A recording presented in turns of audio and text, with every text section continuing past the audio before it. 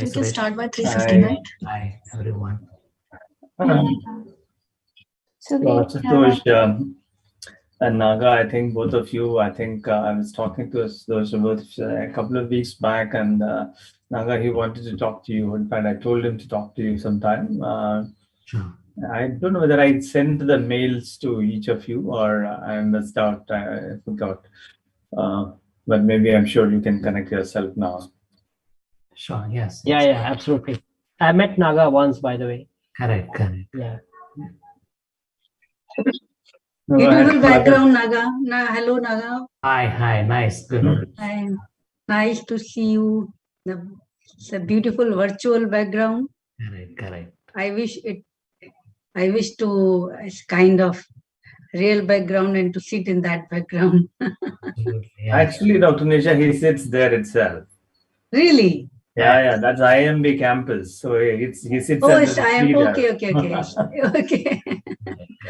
So many a times when we meet, I think we'll end up sitting in that place under the tree. Okay. So either this tree or Suresh tree. Yeah. So it's a beautiful tree there in the Suresh campus as well.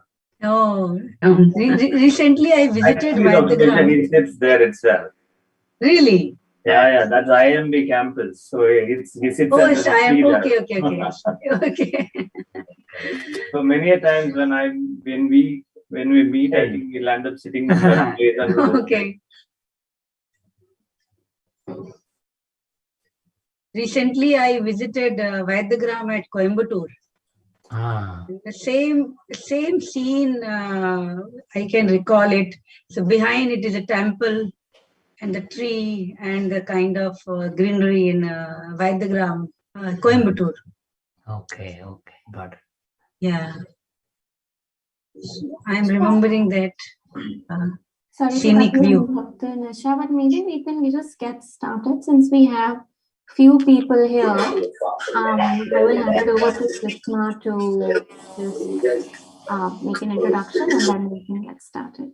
Fine. A very good afternoon. Our first session is a slightly different format of a fireside chat. We have three different experts bringing their unique perspectives on what does it takes to translate theory into practice when it comes to social entrepreneurship. So please welcome our panel today. Our first panelist is Mr. Ashutosh Kumar, Chief Executive Officer at Jagriti. Our second panelist, Dr. Nisha Pandey, Professor and Chairperson, VS Yunus Social Business Center, VS Business School, Mumbai. Our third panelist, Mr. Nagaraja Prakasam, Angel Investor and Senior Advisor at Acumen, Native Lead and NSRCL, IIM Bangalore, also an author of the book Back to Bharat, In Search of a Sustainable Future. Ms. Mansi from YSB will be moderating this panel. Over to you, Mansi.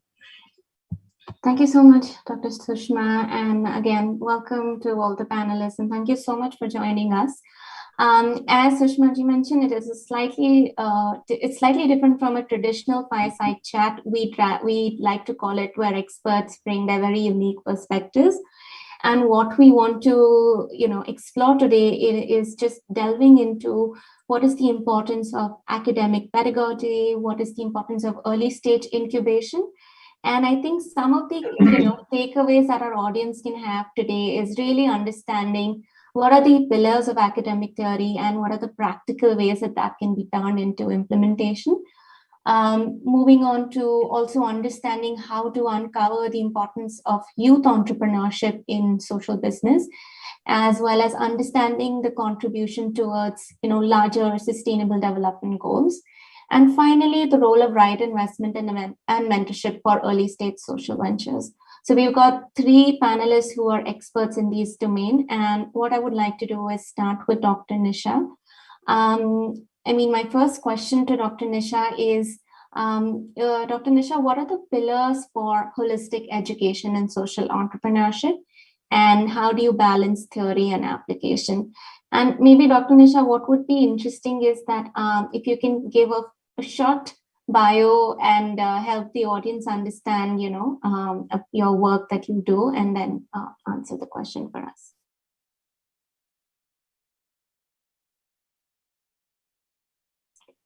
Sorry, I think you need to be unmuted or you're on mute. Thank you, Manasi, for giving me opportunity to speak in this forum, India Forum. And we are contributing to make India Forum more strong, and we are trying to engage our stakeholder to make it better to work together. I'm working as a professor and chairperson in Social Business Center at VES Business School. And we are focusing, apart from business education, apart from traditional education, we are certainly focusing on social business and social entrepreneurship by providing practical application-based knowledge to our graduate and postgraduate student by providing them skill-based and practical-based training and application-based learning for making social business, social entrepreneurship not as a side, as a separate course, but as a mainstream. So my focus is to make social business as a mainstream stream of knowledge. The question is why the social business, social entrepreneurs should be the mainstream of knowledge. Why we are talking in this forum, the social business should be the mainstream of knowledge. Can you see my screen? Yeah, okay. So we study from our scriptures that nahi jnanen sadasham pavitramahi vidyate taswam yoga siddham kalen natmani vidyanti. कि जो knowledge है, knowledge is the thing which purify. There is nothing in the world so purifying as wisdom. And tat karma yanam yadhaya sa vidyaya bhumukte. We always talk about vidya. Vidya means knowledge is the thing, knowledge is the process which liberate. Knowledge is not to bound, knowledge is for liberation. And liberation from unsustainability to sustainability. Liberation is from economic, very limited economic perspective to the bigger perspective, social perspective, environmental perspective. So two very important things, but it's not very limited. When we talk about unsustainability, it includes everything which 17 sustainable development goals are talking about. Be it a reduction of poverty or hunger or removing inequality or unemployment, poverty, these all are the part of unsustainability. And how can we remove unsustainability and bring this sustainability into sustainability? That is when we talk about that when knowledge liberate you, when you understand what is unsustainability, then we can work towards sustainability. And what is limitation? Limitation is that when we only limit our education to economic perspective, profit earning. So when we start thinking from the economic perspective, beyond economic perspective, then we liberate. So all the scriptures, modern Indian or any other scriptures, when we talk about to come over from the limited knowledge, limited application of knowledge, that is the main part of when we involve sustainability. And in our Indian system, we talk about Sanatan. Sanatan means sustainability, which include everyone, which include all nature, which include human being, which include animal. So when we talk about sustainability for everything, then our nature will be taken care. So how nature will be taken care? When we make our education as a holistic education. When in our education there is sensitivity. When in our education there is emotion, there is a respect for society, when there is a respect of human being, when there is a respect of nature, when there is a respect of anything which should not be used as that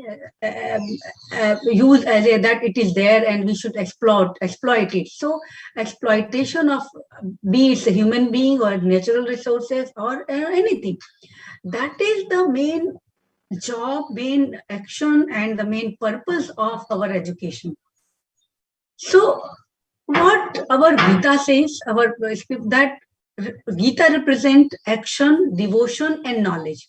When we correlate action, devotion, and knowledge, you find any social business is talking about action, devotion, and knowledge. If you take example of our Jagrati Yatra, it is, you can see the action, devotion, and knowledge. The founder has devotion, founder has action, and he has knowledge of the system. He has a knowledge of society. He has a knowledge of, so blend of all these things. When you mix it in the education, you'll find there is a sustainable answer of these questions, how to make our society better. You know, we have many problems, which I have already discussed, and everyone is talking about the problem. So it's fine, the problems are there. But what should be the solution of this problem? The solution of this problem, when we come over from the economic value, and when we talk about value creation, how to create value. So how to create value? It is possible when we come over what we don't have. We always discuss about what we don't have, what we don't, why we don't want to work. We don't want for solving these problems. We do not collaborate. We have seen such kind of issues. We do not collaborate. We can't do that. We can't do this. We generally shift problem to the government. We say government is not doing. We think that the business can be done only for the earning profit. We think that the government should do and should solve this problem. But you know, we have thousands of examples when those social entrepreneurs and social business person, they have not waited for the government. They have not talked about that the government is not doing anything. They are talking about shared responsibility. It's our responsibility. So what kind of pillars, what kind of education system should be there to talk about these pressing need of society? And these pressing need of society can be done, can be solved through the interaction, collaboration, and coming forward, as we have n number of examples, be it a Chetna Gala Sinha, or be it Jagrati Yatra, or be it our Yunus sir, or anyone, Habitat for Habitat for Unity and Habitat for Housing, whatever it is there. But that is the part of when we have sensitivity towards society. So we do not have so much time about that. I will talk about few very, very important things, that what is the need of the present society, for the present society, and for the education system. Should we focus on traditional versus progressive approach? Traditional system is just go in the classroom, learn and read the book and give exam, or the progressive approach based on what are the problems and focus on the problem. Direct instruction or the inquiry-based instruction, or the next is a fact acquiring or the skill acquiring. I think we need to focus on all three. We have to come over from the progressive approach, inquiry-based knowledge, and the skill acquiring process. Then only our education system would be able to solve some of the problem gradually, which is creating problem for the society and the next generation. Where is the solution? Again, I talked about where is the solution. That is when we talk about not only the only few stakeholders, but we should look at who are the stakeholders of building society. It is not only the teacher or not only the government. Everyone who is involving and contributing for the structure of the society, be it community, it's parents, it's students, and many more. So how we should look at the stakeholder engagement from the different perspective, who can strengthen our system by contributing, by exploring and engaging and analyzing. That is the one thing. I will take one or two examples related to that, and then I'll come over to other question. In India, you must have heard about the aspirational district program, where many districts of India which are backward district, but our honorable Prime Minister, he named it as aspirational district of India. These are the backward district, but in 2018, around 115 districts were taken as aspirational district, and now these districts are working based on real-time data, and in the real-time database their progress is measured, and these districts are working with the help of fellow, and these fellows are creating lots of innovative social solutions, social innovation in the village, and creating very, very important intervention in the villages to bring out education in a front line and providing education to those marginalized people which were not getting education. And here the Niti Aayog and the Planning Commission and government is working together. And here they have taken health, nutrition, education, agriculture, water resource, basic infrastructure, and financial inclusion to the 5 indicators they have taken to bring out these villages from poverty and from different problems by real-time databases, and they are projecting this data, they are publishing this data, and also what they are doing in every 3 months. These villages, some village come in the first place, other village go to the next place. Again, in the next 3 months, you'll find the villages come forward, and the best practices are shown in the system and the various report. So that's how we create education system. We are intervening the education system with the stakeholder engagement, with the government, administration, village, community, schools, farmers, and that's how changes are visible. So that kind of social innovation is required for creating a social business in either in India or any part of the country. Over to you, Mansi. Thank you so much, Dr. Nishan. I think extremely insightful. I think a lot of us don't get a view of how actually where the academic pedagogy starts, and how are you actually going ahead and educating the youth and steering them towards a certain direction. But no, thank you so much for that, like really good insight into that space. Interestingly, now we have our second panelist, who is Ashutosh Kumar, who is the Chief Executive Officer of Jagriti. And I think Ashutosh will be, I'm pretty sure everyone knows about Jagriti, but it would be really helpful if you can give a short introduction to yourself. And would really just love to know if you can talk us through your experience working with youth through the Jagriti Yatra. And what does it take, for them to come out of a more theoretical mindset into a more doing mindset? So over to you. Thank you, Mansi. Thanks, first of all, for inviting me to this forum. It's great to be in this august company of people like Naga and Dr. Nisha. So thanks for this. So first of all, my quick introduction, Ashutosh Kumar. I'm currently Chief Executive Officer at Jagriti, which has actually gone beyond Yatra now. So we are also now building ecosystems in the underserved areas of the country. We are right now focused on eastern part of UP, which we believe has been ignored for long, and we are trying to set up an incubation program there. And my background is I'm an engineer, like most of the people in India are. And I graduated back in 2007 from IIT Kharagpur. Then I worked for almost a year at a software firm.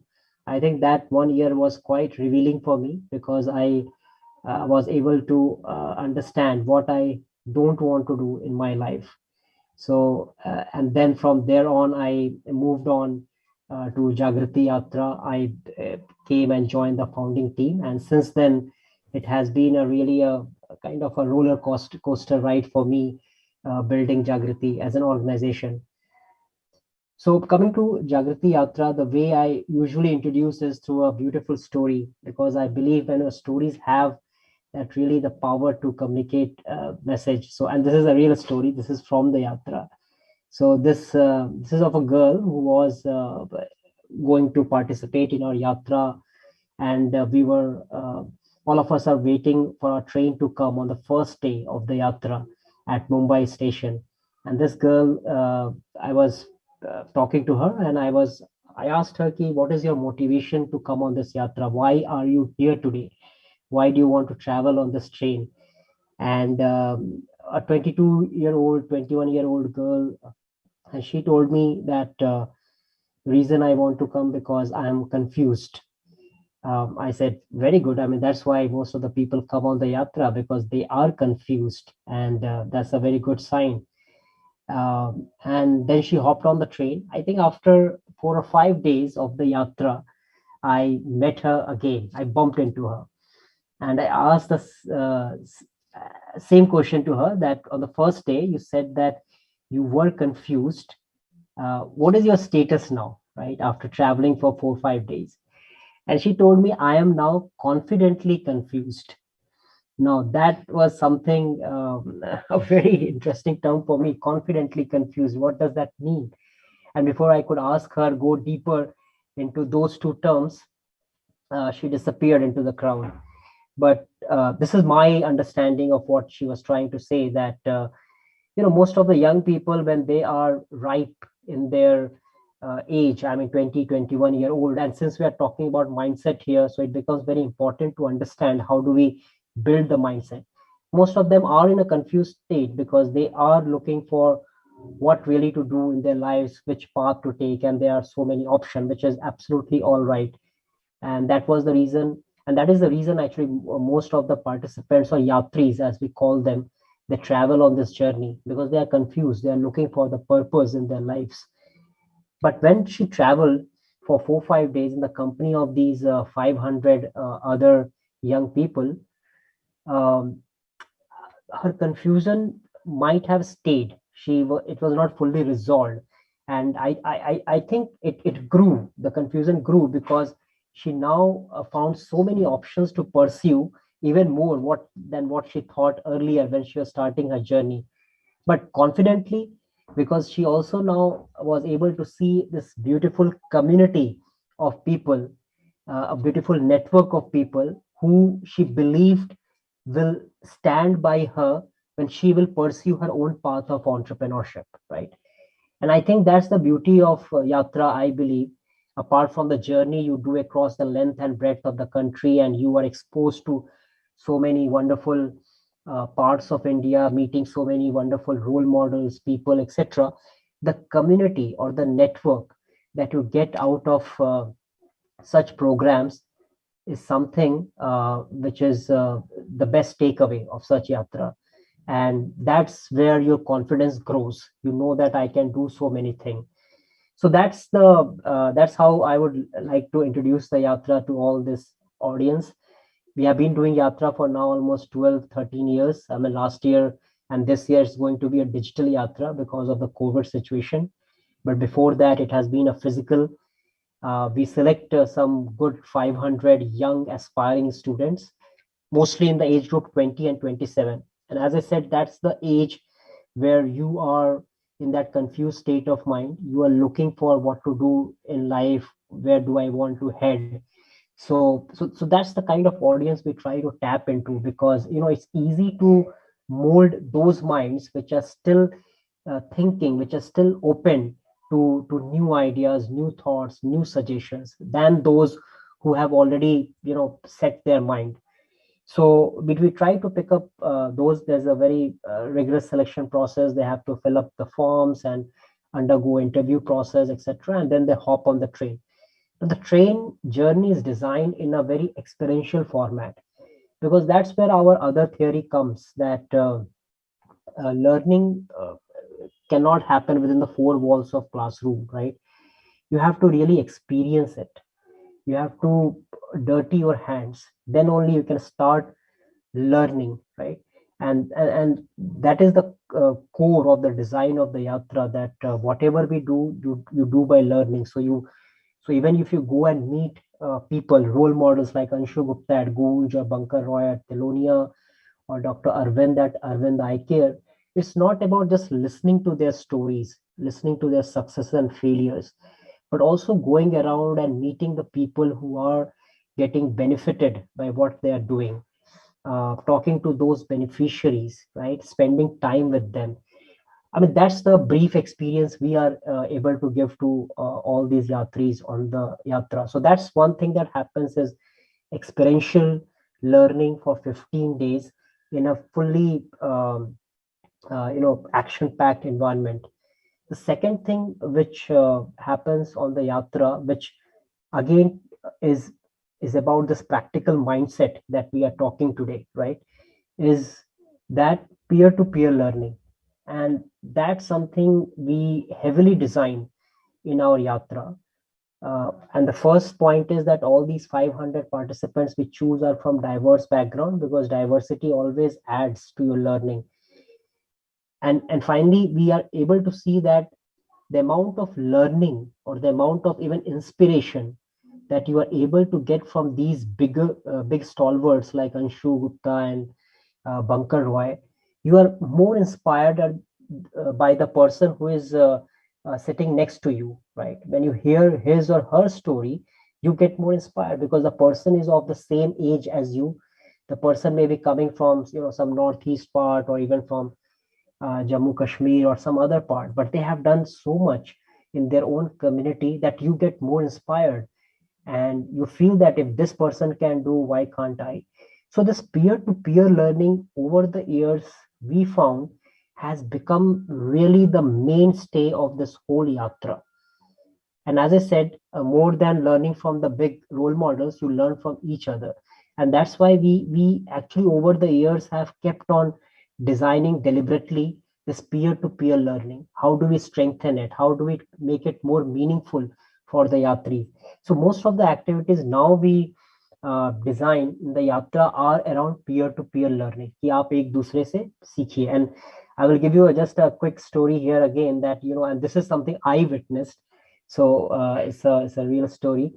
In the train compartment, when you travel, we put one cohort together, and this cohort is 5 to 6 people which are sitting together, and then you have to you keep on having some discussion with each other. And so here was a yatri who was some graduate from some foreign university, and there was topic on the water conservation they were talking about. And obviously this person who came from the foreign university was giving a very theoretical understanding of how to conserve water, what are the various ways. And he kept on talking for the initial 5 minutes. But soon after, there was another guy who was sitting very silently next to him, and he started talking. And he was the person who is from this flood-prone area of Bihar, like Khagadia and all those districts. And he was the one who has built check dams in his area. And when he started talking, and when he started sharing his practical ideas, actions, observations, then others started simply listening to that. So, and that's the power, right? I mean, and that's where we are not discarding the person who's coming from Stanford or MITs. They also bring a lot of value on the table, but that has always to be matched or mixed with this practical knowledge and experience which is coming from the grassroots, right? Otherwise वो सिर्फ theoretical रह जाएगा, that will stay within the confines of the classroom.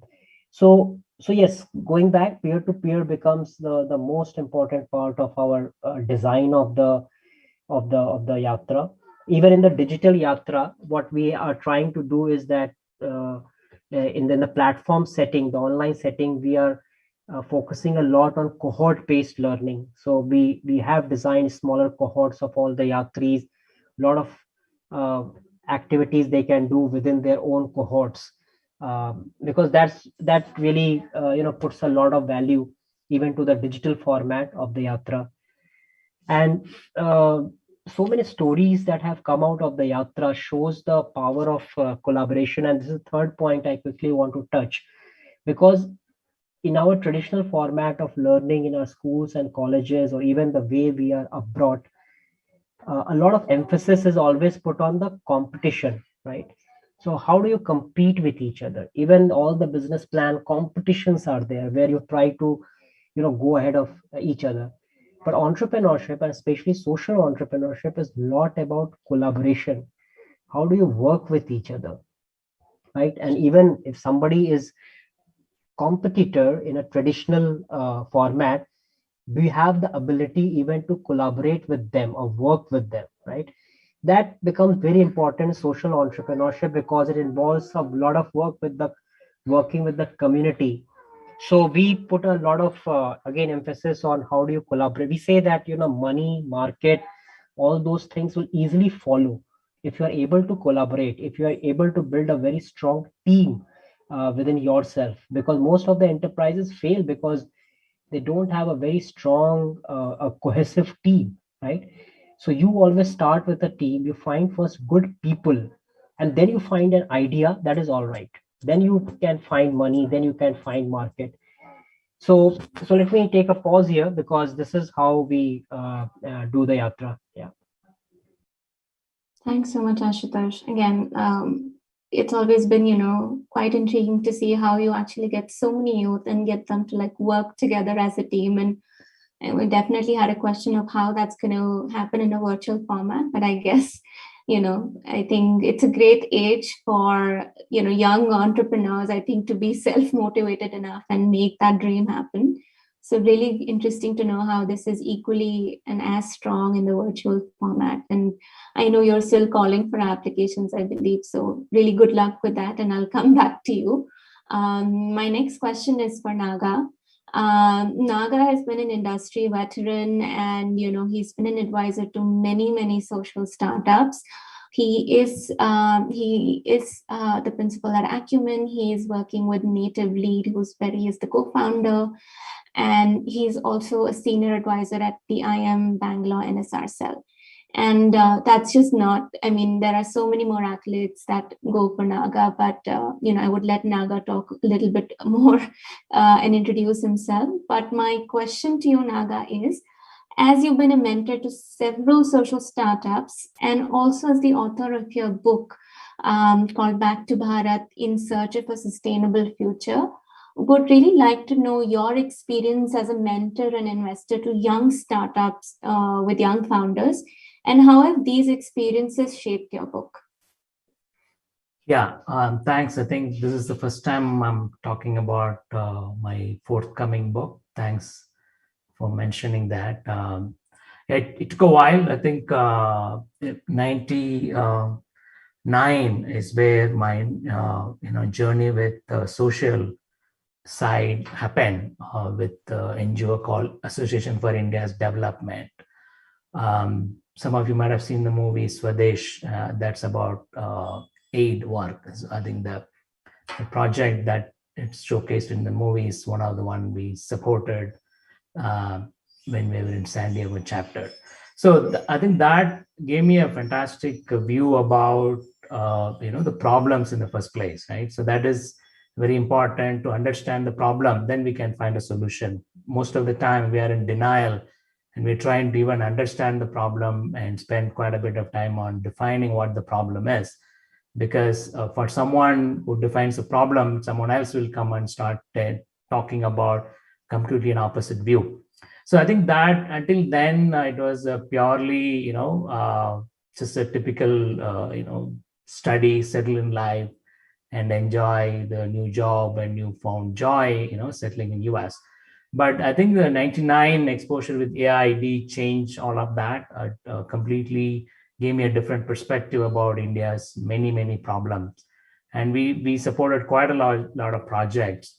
I think 2012, when I plunged back fully into the social space, I think that's when I realized about social business aspect of it, right? How do we bring the heart of a nonprofit and bring the efficiency of a corporate? I think that's the social business part that Acumen by then coined, clearly started defining that aid versus trade. Later, I think I got more clarity with Eunice's idea about social business as well. So in that context, right, I think since 2012. Most of my focus is around social side of it. Met thousands of entrepreneurs, and number one is about Being in a social business, social entrepreneur is a very, very tough thing. Hats off to all the social entrepreneurs that I've encountered, because it's glamorous from outside, because you are saving the world, you're saving somebody, bringing people out of poverty. Media would love it, right? And you'll get quite a lot of likes in a social forum, but it may not be financially rewarding. It may not be rewarding with your family, and you're going to see a lot of pressure. So number one problem I see them in social entrepreneurs is about the mission drift, right? I joke about the Miss World competition, right? After she won the crown, people ask her what she want to do, and she would say that I want save the world, work for the poor. 2 years after, she will be in Bollywood. So this is what happens with most of the social entrepreneurs, the mission drift, because it requires a lot of perseverance, lot of effort in their side to keep the mission and the vision focused on going, because the problem that some of them taken, it will take longer time, right? So if you take a look at the Arvind example, it was mentioned earlier, or Gramalaya's Damodaran. It took 35 years for Gramalaya Damodaran to look at his idea about clean toilet. The Swachh Bharat was born only a few years back. So after 35 years of working on building toilets, the government of India awarded him Toilet Titan, right? So many of these entrepreneurs are not looking for that immediate limelight and gratitude. But I think today's world, I see lot of entrepreneurs, they want immediate gratitude. I've seen an entrepreneur saying that I've already been working on 2 years. I would like to be recognized as this and that. And said recognition will come to you if you keep working on it. So the number one is the mission drift. Number two is about the, perseverance is something that we would need. And quite a lot of them, it's very attractive from the outside. But when they started coming in, they see a problem. So number third is the people who are all there, right? Who have gone through first and second piece of it, and they are there for life. Nothing stops them, and no challenge would stop them. They will keep working on it, pandemic or not. And I've seen an entrepreneur, we had a session few days back, the best pivots of pandemic, right? I was kind of talking with Alina, who's running Miti Cafe, and Anirudh at Let's Be the Change. Both of them started as a student entrepreneur, right? And a 19-year-old Anirudh came to me and said, this is what I'm going to do, no matter what. And he's now in the 20s, and that's not changed, right? When his college friends were all with him while he was in the college, and when he graduated, all of them ended up taking jobs, but he never took up a job. He continued to work on it. So like this, the first 2 points are passed. You find amazing entrepreneurs evolving, and for them, this is it. I think no matter whatever the challenge, they'll say they're not looking at, okay, let me try for 1 year. If I raise money, I'll do it. Otherwise, I'll give up. Nothing stops them. Money or not, people supporting or not, doesn't matter, right? They would continue. I was telling about Alina, right? Alina was the first social cohort at NSRCell, and she didn't get through, but that did not stop her. She continued. She continued to work on it, and she came back and third cohort, showing that, hey, I've done it, right? That's a perseverance. I love it. And but that requires a lot of effort. That's why the number two, right? The first and second point, keep a perseverance at a very, very high level. Number one is about, keeping very strong will, so that you are able to focus on your vision. It may take time. It's not going to be that I'll start today and I'll do it tomorrow.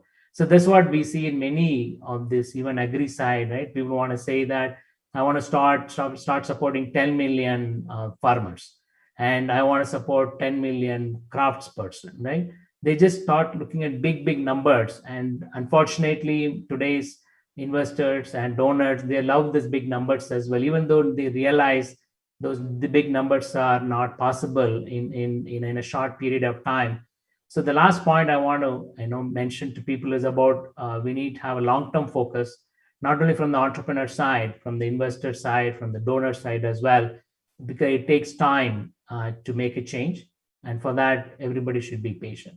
I'll stop here, Mansi, and then we'll address during Q&A. Sure. Thank you so much, Naga. And again, just asking with the audience if they have any Q&A or even just the internal team at YSB, if there is, Suresh, is there anything you would like to add into the conversation or, check with any of our panelists? Manzi, I had a couple of questions which I thought I should ask now. Actually, my first question is to Dr. Nisha. I know, I think we've been started talking about the social businesses and what it means to set up a social enterprise and things like that in many universities. And you started in your college, and of course, we had many events which we did. You have been doing in your institution. I also participated in a couple of them. What, according to you, is the thinking, and what do these youngsters think about when you talk about them as when you are talking about SDGs or social businesses, social enterprises, and all? Because it's one, like Naga earlier mentioned, it is nice to say that, I mean, everybody wants to get those brownies when you talk about it. But do they really want to be in that space? Do they have that zeal to actually pursue those kind of things? What's the thinking what these people have? That's first question. And how do we make them really look at world differently? I mean, what is that what you are doing to make them think differently? Because there is one side competition of this competitive world. If they have to survive, they need to be competitive in this world, but at the same time, the social call is also going to be there. So how do you balance that, and how do you motivate students to handle that? Sorry, it was a long question, but I thought it's important. It is really interesting and important question. And I think whenever we discuss these points from the academic perspective, this is the first question. That how you motivate a student, whether they do have this kind of inclination or interest to work in social business, or first even further basic question is, do they know what is social business? Do they know what is SDG? I would say very few. They are not aware about SDG. Because the business education or in higher education, we are only focusing on the economic benefit. We are focusing on placement, or even in IIM Bangalore or IIM Calcutta or anywhere, the first point is that package. In which package, which company, whether it is a very renowned company or so we focus on package. So the primary question is that where is the gap? Is it the gap at the higher level, or it is the gap at the root level, from the basic level? We should start discussing and talking about the society and the profit at what cost. So students are not sensitive, they are not aware about that it is not only the economic development. We only discuss about the development of the industry, we develop the manufacturing industry, we talk about the bridges, we talk about, have we ever discussed in our classroom that these development have some cost to society and cost to the environment, and not as a theoretical basis. The important thing is inquiry-based knowledge. That's how, Gurukul, when we talk about the Gurukuls, in Gurukul, when you read about our ancient knowledge, the students used to study in the Gurukul, and they are aware about the society, the nature, and they explore the nature, and they do have some clear impact. What is happening if something is not as per the nature. Recently, I was reading one article. When you grow the grass, when the grass is some level high in the height, there is a difference in the temperature. It would be around 9 degrees centigrade. When the grass cut up to some level, the difference in temperature would be from 9 to 17 degrees. And when there is no grass, the temperature is around 40 degrees. Very simple thing. Everyone knows that thing. But if you see the practical, if you see in the field, that with the simple explanation and the simple practical, you will find there is a difference in the temperature. And then we are talking about that we should have AC, we should have different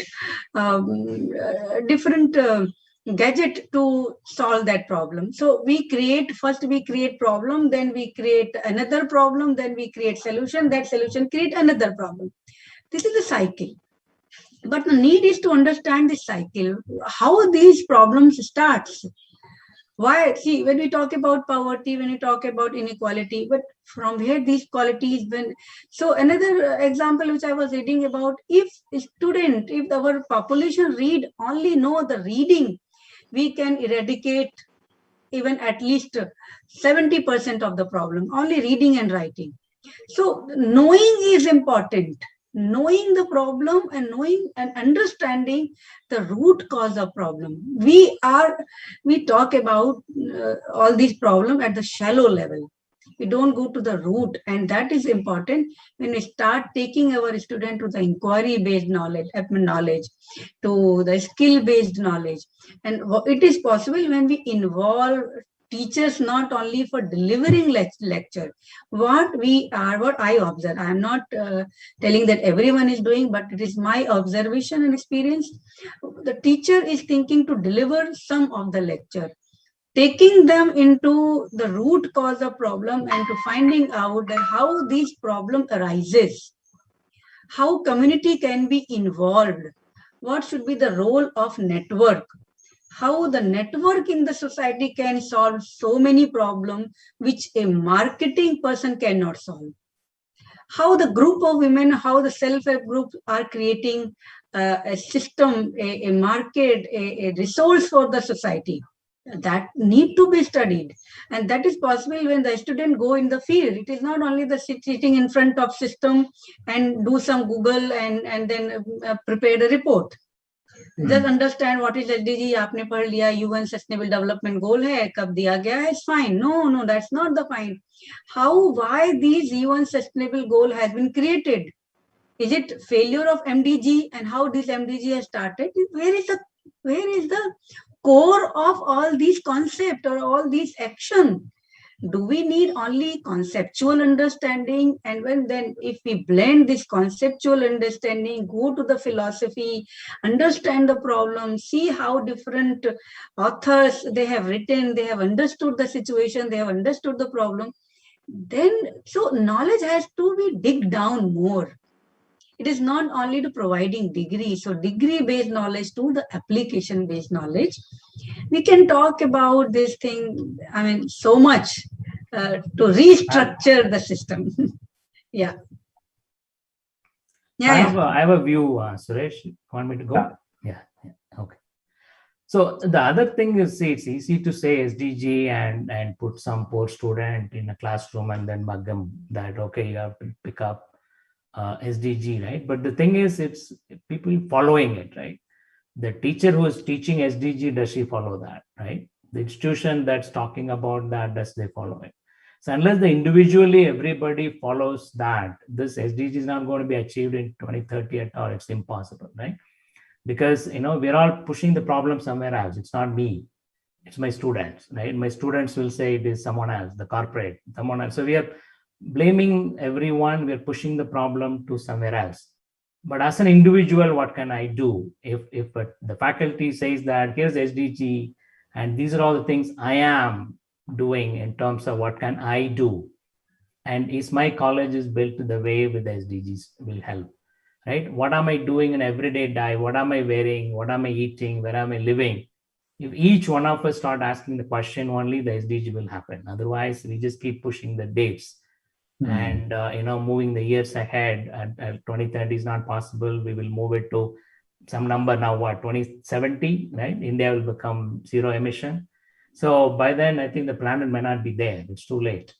So this is where we need to start looking at urgently that what I call is about individual social responsibility that none of us are talking about. That we easily blame it on, okay, the students should read that, the corporate should do this, the academic should do that, but each one of us, that what am I doing towards SDGs is the important thing. The people joining this call, if you really want to do something toward SDG, just look at yourself. Don't look at outside. Every day, what you're consuming, can it be sustainable to an extent? We cannot go live in the caves. right? But at the same time, can I reduce to what I have today? This is what I have. Can I reduce to the level below? Can I reduce? I think each one of us have an impact. If 70% of the JHCs can be eliminated, the way the consumers start buying, the consumer, each one of us has more power than the government and corporate. Yeah. Basically, we are talking about conscious consumption or conscious production, or maybe we should be conscious whatever action we are taking. So if we are conscious, so just have a look or have a long breath and think what I'm going to do. Is it really important? Is it really needed? Is it really adding some value? Is it really impacting society in a positive way? Is it really creating some value to society and to the system? If yes, so everyone has to be very, very conscious, and that can be done. That can be the role of a education system and the teacher. They can make a responsible citizen. They can make a responsible student. That is the job which can be done with the help of teachers or maybe parents, or maybe how to create responsible citizen. I maybe so. Yeah. No, but I think one of the things, if you look at the last couple of decades, if you, I'm sure Naga will also recollect that. One of the news which always comes out is how many number of students are placed at the campus interviews year after year. Okay, and what is the compensation each one of them got? If that kind of news is what making to the media house, and that's what becomes aspiration to all the students, right? Ashutosh also kind of mentioned something like that, from a confused person to clarity. I mean, also one needs to go and look at the community and explore things all by themselves.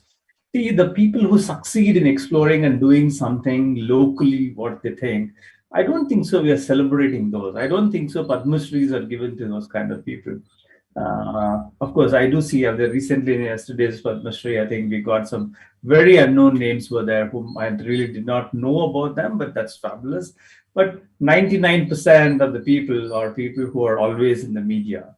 They are the people who are recognized more than actually people who have really delivered a lot of work. So this kind of issue which is there, and educational institutions also promoting the same thing, that we teach students or children that they need to grow up and start earning more and more wealth. If that is what the objective is, then where are we going to head towards? Are we going to head towards a much cleaner content society, or are we going to head towards a greedy society? That's the greed is what makes all these problems happen also. So can we create even SDGs or whatever we talk about? These are all nice words to have it, but how many of us will we be able to practice it? That is the big question. When somebody is practicing is, do we recognize them? The more we recognize such kind of minimalist people or people who are really down to earth, I think more people will follow. But unfortunately, we are following the other examples mostly. Well, this is my thought. So, no, I think Suresh, just building upon what you said is absolutely right. And this is, I can say, like in the first Yatra, 2008, when we started, and the whole concept of entrepreneurship or social entrepreneurship was still in its very nascent stage. And the kind of people we were trying to bring in the Yatra, people like Anshu Gupta from Guj, who is now a very famous celebrity, but back in 2008, hardly anyone knew about him. And even people like Joe Madiyat, who has been running Gram Vikas, and all these stalwarts who are now kind of in a way glorified. Now people know about them, but back then they were unsung heroes, right? And that precisely was our thought. Can we bring more of such people to limelight and present them as role models to be followed? Because it's a very interesting, before the first Yatra, when we did a survey asking the young people, who is your role model? And the first name that came was people like Shah Rukh Khan, all those Bollywood celebrities. it's good to have them. I'm not saying you should not have Shah Rukh Khan as your role model, but it's equally important to recognize people like these who are doing some fantastic work on grassroots and bringing some real change. And it has to happen at all the various points through which a young person goes through. I mean, if you see a journey of a young person right from the school to colleges to later on, at every point, if you are able to expose him to such stories, such beautiful stories of people, I think he or she will be able to understand, yes, those people also exist and they are also something we can emulate. Abhi to unko pata hi nahi hai. They think that only these big startup founders or the big wealthy people are the only kind of people we can emulate, right? But creating more of such options, recognitions, acknowledgement, I think will bring a huge change. Ashutosh, what I observed, or maybe my limited study, generally people think that these are the NGO and they're working for society, and this is the role of NGO to work for society. That is a different role, and my role is very different. First thing is that people think about NGO.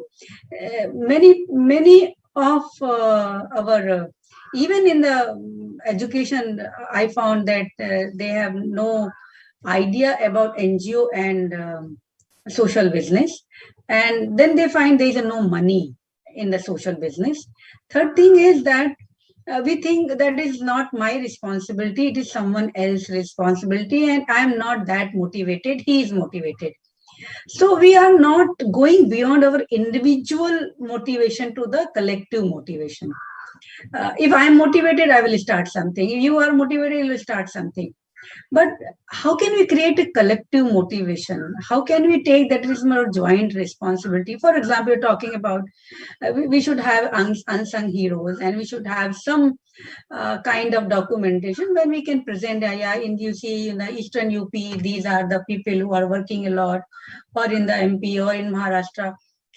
What we are doing, apart from some conferences or writing, can we propose something to the bigger forum? Can we create some resources? Can we create something which can be very useful for recording these database of I would not say unsung hero, but yes, not broadly known, like Anshu Gupta or Arvind Aiker or all this thing. Although many people in the ground, they are working in the small scale, in the village level, they are working and they are changing the system. They are helping to society. How can we do that? There should be another question, and there should be brainstorming where jointly we can, with the help of others, we can do that.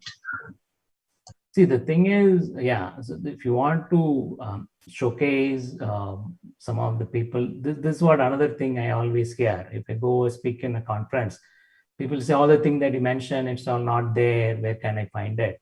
It's all there, right? And what are you looking is where the problem is. So we have to switch to looking, what are we looking at? There's quite a bit of things already documented. It's all there, but what are you searching for? Are you searching for what is Rajinikanth next movie, or what you want to do, right? So it is about, that's what, again, I bring back the individual social responsibility side of it, where each one of us need to do. It's not that next generation is where we need to train them, but we are already spoiled. And how am I changing? That is what the students are going to look for role models. That, okay, how come, he's doing that, she's doing that, can I do that? That is one part of it. For that, we need to start telling, right? When we start asking corporate, what is your triple bottom line report? As an individual, what is my triple bottom line report? What am I doing, right? So if you look at, automatically, if we start showcasing that, people will start looking at that, wow, I claim I'm an impact investor, my triple bottom line report is pathetic, right? Then people are going to realize that.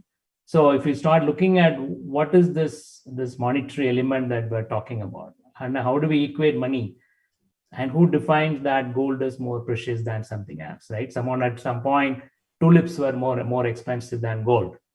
So today, if you look at US GDP is almost 8 times more than India's, right? But US emission per capita is 6.8 times more than India's per capita emission. So if gold is a new carbon, right? Carbon is a new gold. Who's rich, right? Elon Musk is selling his carbon credit and making $1 billion every year. So that means that if we start calculating the carbon of the poor people in Dantewada, they're not poor at all. Compare his carbon with everybody in the panel, and he's more richer than compare with someone else in New York or London. He's going to be even more richer, right? So we have to change the narrative in our thought process that, doing good means that wearing the Jolna bag and wearing Khadi Kadar and then go and have a beard and do the like that. Need not be. Doing good can be, as good as someone else. If Elon Musk wearing a suit and coat and he's a billionaire and he thinks that he's getting remunerated for being good, why not a tribal in Dantewada, right? Why not someone else? So we need to change the narrative. You don't need another place that showcase people and all that stuff. It's all there. People are not looking at it, right? Lately, I was in one college function a while back. So I was asking the student that, okay, so what is the latest movie you watched? He showed me a movie and he talked about pretty big. But I said, what do you think about Swachh Bharat? He said, I have no clue. I said, so how come you know about the movie but not about Swachh Bharat? He said, no, there's a lot of advertisement coming. I said, there are advertisements coming for Swachh Bharat as well. So why that is not catching your eye, but that movie advertisement is catching? So this point, everybody is saying that, no, there has to be more visibility of things. There is enough, but we chose to ignore, right? We are choosing to ignore. The moment you start ignoring, everything not possible. That's we put a blame on someone. We'll say we need more marketing and we need more something else. We need something else. It's all there. Individually, how we are adapting to it, how am I doing that? It is the topmost part. If we do that's one, then change the narrative, right? Today, the India is poor or not poor. They are the rich and we are the poor. And that we need to recognize. Otherwise, we are the English-speaking people who can afford to join a Zoom call, which is 25% of India, right? Which have internet access. There is 75% of India living peacefully with less emission, and they're not being celebrated, right? If we celebrate that, we are already rich. Thanks. Thanks, Naga. I think that question about supporting those people who do not have access or do not speak English and don't do Zoom calls, I think we'll talk about it probably in the next session. How do we support them financially? We'll talk about that later. So I had one last question before then I stop. That's to Ashutosh. Ashutosh, I think one quick question is, after all these Jagriti Yatras, if one wants to get more support, how do you all support from Jagriti Yatra? Like, somebody wants to start an enterprise, or they already started, they are stuck because of something. Yes, they are inspired, no doubt about it, but they want help. Do you guys support? Maybe some of them might require funding, some of them might require mentor support, or just need some little support to tweak their business model. Yeah, Suresh, so right now, to be honest, we don't have a very robust and structured program there to support someone after the yatra. Most of that is happening very organically and within the alumni themselves, the yatris themselves, right? So we have created this online forums or networking forums through which they can connect with each other and they can reach out to each other if they need any kind of support, be it mentorship, be it funding. So we have very robust local chapters now formed in various cities like Delhi, Mumbai, Bangalore, Hyderabad, Pune, etc. And here what is happening is that many of these alumni are coming together, they are meeting often, and they are sharing what they are doing. Similarly, there are a lot of online groups. So most of these needs or requirements are taken care amongst themselves. They are able to help out each other. We ourselves are focused, as our next initiative is on this eastern part of India, the UP and Bihar part, where we are trying to build this incubation program. So if there are yatris there locally, and there are many of them, There we are able to provide more hand-holding support on ground. But to be honest, in the rest part of the country, the alumni network itself is able to run on their own.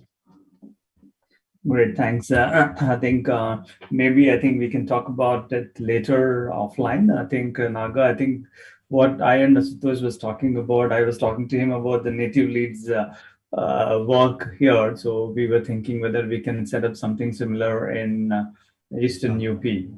I told them probably we can all together brainstorm about it. So I think we are keeping time in these things. I'll let Mansi continue. Please do stay on. I think we can have a conversation in the next session too. Sure. Yeah, thank you. Thanks, Suresh, so much. I must say that was an extremely insightful session. And thanks to the panel for giving us such an honest and holistic view on the topic. Now, our next session is a panel discussion. The panel will explore the critical facets of growing and scaling a social business. The panel talk aims to build an all-encompassing perspective on what it is that one ingredient which is critical to scale a social venture. In this panel, we are going to hear from diverse leaders from across the social business ecosystem. And please let us welcome all our panelists for the next panel discussion. Our first panelist is Ms. Nidhi Pant, who is co-founder at S4S Technologies. Our second panelist is Mr. Ratish Balakrishnan, managing partner and co-founder at Second Consulting. Our third panelist is Mr. Nachiket Kulkarni, Program Lead, Social NSR CEL, IIM Bangalore. Our fourth panelist is Mr. Suresh Krishna, CA and co-founder, Unit Social Business Fund, Bangalore. And our fifth panelist is Bhanu Prakash Reddy, Partner Director at Grey Logic Technologies Private Limited. Mansi from YSR will be moderating this panel. Over to you, Mansi. Thank you, Sushma. And I do see that Bhanu is slightly late, but nevertheless, I think we will get started. So once again, thanks everyone for being a part of this panel and just welcoming all the panelists here for agreeing to be a part. I know it was on a short notice, but we are very excited to have a unique panel like this set up. To our audience, the reason, the objective behind setting up this diverse panel was to ensure that we're able to get voices in from every individual stakeholder that makes the social business ecosystem. As YSB, when we look at this spectrum of stakeholders that exist in this ecosystem, one is, of course, the entrepreneur, but there are a lot of supporting actors that go along, from a non-financial support provider that is providing technical support to grow your business strategy and scale, there to the financier who is providing the right kind of capital, be it a grant, be it debt, equity, or anything that is innovative or blended. We also have the incubators and the accelerators, which are kind of the building blocks, which give the right building blocks to these entrepreneurs at the right stage, incubation at the seed stage, and acceleration when they actually start seeing some traction. And very interestingly, what has been binding a lot of this together or actually driving social businesses in a new direction is technology. Given how we saw last year, a lot of business models pivoted using digital as a force. So we also have a perspective around that with Mr. Bhanu, who would be giving us his views on how digital inclusion will be the way to go for social businesses. So that's the kind of diverse voices we will hear today. And I would like to start with Nidhi. Nidhi is a part of the YSB portfolio and the co-founder of an organization called S4S Technologies. And Nidhi, while I would love for you to give a short description about S4S and about yourself, my question to you is really understanding, helping us understand how S4S has grown over these years. And what is, as an entrepreneur, what has been your individual learning curve and few of the lessons that you swear by as an entrepreneur? Good evening, everyone, and thanks for the opportunity for sharing the work that we are doing at S4S. S4S stands for Science for Society. So what we essentially do is that we are a decentralized food processing platform. So we create small farm factories at the farm gate, helping farmers move up the curve to become entrepreneurs so that they can do value addition at the farm gate. So you've created an end-to-end ecosystem by providing them access, finance, raw material, and also buy back the produce. We as an organization aggregate the processed produce that these micro entrepreneurs make and supply it to larger customers, which is the food and beverage industry and smaller hotel, restaurant, catering industry. So our entire supply chain is operated by women. We're working with 800 micro entrepreneurs as of now and processing 40,000 tons of produce with a 3 crore of monthly revenue. In terms of scaling, our journey has been really unique, where we have pivoted from an equipment manufacturing and selling machine to the farmers to now selling the food from that we get from these equipment.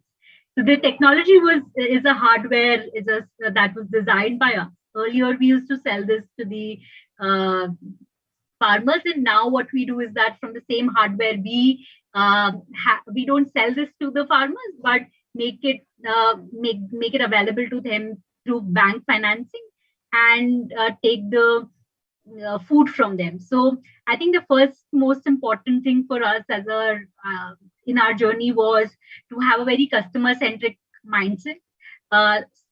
In the whole process, we realized that farmers as a customer was not something that would help us scale, or we would not be able to reach a bigger market or give that value to the farmer, as smallholder farmers were very cash crunched to actually avail this sort of an equipment. So we really, and earlier our problem was that they could use this for their own consumption. They can store this produce, whatever is processed, and use it for their own consumption and sell it also. But we really understood that the problem that the farmers had was more on either two things: either you reduce their costs or you increase their profit. So it was quite clear from them, with our interaction with them, that these are the two ways only in which farmers are interested with any technology or any, however good your product must be. So we as chemical engineers thought that we are solving such a big problem of food wastage and also giving economic benefit to the farmers.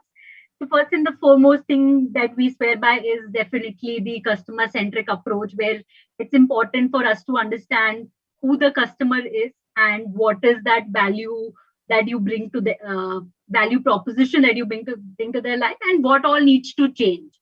So in our journey, we understood that farmers are now part of our supply chain. Is one of the customer at one end, but the other end is the food and beverage industry who we are catering with as a food, catering the food ingredients to. So we started building that part of our organization, where we built the team who understood food science, who understood what are the food solutions and the challenges that the food and beverage industry is facing, and then tried to match it. What is the need in the industry and what can be manufactured to our supply chain. The second part that actually was critical to our journey is that to avail this now, what are the roadblocks that the farmers are facing, or the micro entrepreneurs? These are all women earning less than $2 a day, are in poverty, smallholder, landless women farmers who are working as farm laborers, are not included in the financial formal ecosystem, don't have a bank account, bank don't lend it. So a lot of challenges for these women to actually own the equipment. At that point of time, it did go through a segmentation process at the farmers end, that who is our customer? Is it the bigger farmers, grape growing farmer, or is it like the smallholder farmer, or is it the women? So with all these combinations, did an exercise, did a pilot, and saw that the landless women farmers, because they have intuitive nature of dealing with food, were made a very strong business case also. And definitely it's gender is something we are consciously integrating in our supply chain. So it also proved to be the most definite choice as a business case. So that's one of the things that to now for this customer to avail the equipment, to have the financing, to get the support of her family, what are the roadblocks as an organization we need to solve. So one was asset financing, other was working capital cycle being too long, third was quality of the produce to be matched. So it did take us some time to keep on working on it and understand. So the second thing that we swear by is just to understand the customer journey, that to get your service or your product, to avail your product, what do they need to change, or what are the roadblocks that you as an organization need to solve for them to make it easy for them to be associated with you. In terms of my personal journey, one thing that I really swear by, I really think that's helped, is very meticulous planning. So earlier when we started, I actually did not understand what scaling meant. Like, a lot of people just kept on saying that this will not scale, this will not happen. We were not a digital product. We got a lot of feedback. This cannot be done. How will you do it in a decentralized level? A lot of those sort of feedback. But in the process, I think what helped me was to really understand what scaling was, with the same resources, how we can cater to maximum number of people, and just be a bit more granular on that end and plan better. That okay, we in our organization, customer is at the center. We exist because the customer does. So making sure that we don't compromise on any of our values, at the same time serve the customers and be brutally honest while planning all of this, so that we can match what the market needs with the supply. So I'll just stop there. So thanks for the question. Sure, thanks, Nidhi. So I get what I'm taking away is absolute attention to detail and customer centricity. I think these two make the marriage happen of scaling, and S4S is a great example over here. I would love to move on to the next panelists. We have Mr. Ritesh Balakrishnan, who is the managing partner and the co-founder of Sattva Consulting, which is a social impact consulting firm. Also my ex-alma mater, where I worked before YSB. And Ritesh, my question to you is, Sattva has worked with several social businesses over the years, and in fact itself is a social business. According to you, which are the functional areas where young founders or seed stage founders, the ones that they typically undermine, and alternatively would do really, really well if they acted proactively or early on the scene? Yeah. Got it. So thank you, Mansi, and thank you everyone for this opportunity to speak as part of this gathering. I want to use Sattva's experience itself to talk about what we have learned in the last 12 years of being around in terms of some of those non-negotiables. I always break the evolution of an organization to three phases, what I call the 0 to 1, 1 to 10, and 10 to 100. The 0 to 1 is really where we are just founders, we're kind of coming up with an idea and we want to see how that works. 1 to 10 is where the idea has taken shape and you want to sort of make it an organization which can deliver rather than just the founders alone. And 10 to 100 is where you sort of become something of an institution where you're establishing systems for it to run at scale, etc. And I think what areas we focused on in each of these functional areas, each of these phases have been different. And we've, retrospectively realized that some investments were great and some investments were actually not so necessary.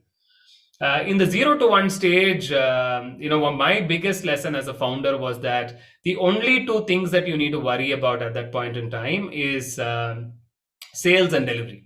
What I mean by that, and what I mean by sales, is having somebody who's always in the market, closest to the customers you're going to serve, closest to the people who are paying for your services, etc., and understanding them deeply is extremely important. Very early at Sattva, when we started in 2009, we took a decision that we will be an implementation consulting firm. By which I mean we will not just deliver strategy, but we'll actually get things done on the ground. If I look back at our last 12 years, that was the best decision we made, because we actually then realized what it means to solve a problem and who are we solving the problem for, and ensuring that that the solution actually works on the ground. And it helped also that at least we were 4 founders, and 2 of the founders were very, very market focused. So they spend time in the ecosystem, talking to people, being in various rooms, attending conversations, meetings, etc., to really understand where the need is. And the second thing that helped us significantly was delivery. We just ensured that, and we still talk about it today, it's not about ensuring customer is satisfied, it's ensuring that customer is successful. And because the only way a small organization with 4 or 5 people will get business is if somebody says a nice thing about you in the ecosystem and says, these guys you can trust, they bring the right intent. And we had that from the get-go to say that, listen, whatever happens, it's not going to be one unhappy customer. It might not be profitable, it might not be the most effective way of working, but at all costs, let's ensure that the people that we are working with are successful. And I think those 2 focus areas, one is customer success, being the central focus on delivery, and this active ability to listen and be humble enough to be in the market, I think is very, very important. And the reason that I say this is because in my experience, having worked with young entrepreneurs, sometimes they are so ideologically driven that they're not listening to the market. I remember once I was in a meeting where I was talking to an organization who said they want to publish new books because children are not reading. I said, you know what, new books is not the problem, distribution of books is the problem. There are already a lot of books, but kids don't get access to books. So can you focus on distribution of books than creation of books? This person turned around and said, do you think I am going to sell my soul just for the sake of the market? Because in their minds, they had agreed that their focus is to make books. The focus is actually to make sure that the children learn. Sometimes you get enamored by the solution than as much the problem you're looking to solve. And that among early entrepreneurs can be very deadly because we're not humble enough to listen to the market. There is no way you can scale. Similarly, around that same time Satva started, there was another organization that started solving the same problem that we did. They had a better offering, they had technology and all of that. But in about 3 years, we sort of never heard about them again because they sort of had a litany of poor, unhappy customers who all then went to the market and said, don't trust these guys. They don't actually deliver any value. Their marketing pitch is great, but they can't be trusted. And once you lose trust in the ecosystem, it's very hard to build it. So at 0 to 1, I would say these 2 things are very, very critical. In 1 to 10, 4 things were extremely important for us. One was this enduring focus on hiring people. We are not going to get rock stars who are joining us. And we always assume when you're a small organization that this one person is going to come and solve all your problems, which never happens. You get average talent, but very committed people. But the amount of time the leadership spends on building that team and helping coach that people, I think makes all the big difference in the way we're hiring. So what we call HR, but it's actually leadership spending time with people, I think makes a big difference. The second thing is actually the board. Like the singular differentiator that Satva had from turning out to this aimless organization to something that was very focused was because we had such a phenomenal board, which was very hands-on. And I was watching Naga speak earlier, and Naga is like singularly instrumental in the success we achieved because he was on our board and ensured that we stay focused and also brought in credibility, connections, a way of thinking about the problem, which I thought was very, very helpful at that time because you've tasted initial success, you start to get arrogant, you do silly things. Just to have a board as a sense check to tell you that this is what you have to work on is very helpful. I think the third thing that is extremely critical that during this time is compliance.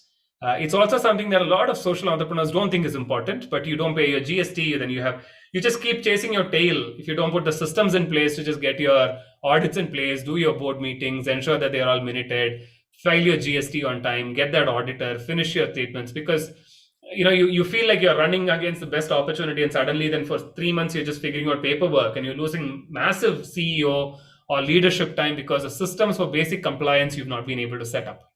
And I think that then makes a sort of a big difference in how you work. So the one thing that I talked about was people, hiring the right people, establishing that. Second, I talked about was ensuring that you have a board that is actually willing to committed to your success. Third is compliance, and fourth is productization. In the 0 to 1 phase, you don't particularly create a product because you're sort of responding to everybody who's asking you for something. But by the time you come to your 1 to 10 phase, ensuring that you build a better productization approach or even variations of the product and standardizing what you want to deliver to an ecosystem, because that shows that whatever you're doing is scalable. Because if it's not scalable, you're not going to grow as a business and you sort of get stuck in the 0 to 1 stage all the time. So productization is the fourth big focus area that I would suggest. Things that I don't think you should spend a lot of time doing in 1 to 10 stage is really marketing. A lot of people believe, and if you're in a B2C business, it's okay, but in a B2B business, honestly, it's not like a significant amount of marketing is going to change the game as much as the other four things. It's important to have a good market presence, but not over invest in marketing, because that doesn't really make a big difference in the long run if you don't have the right delivery engine.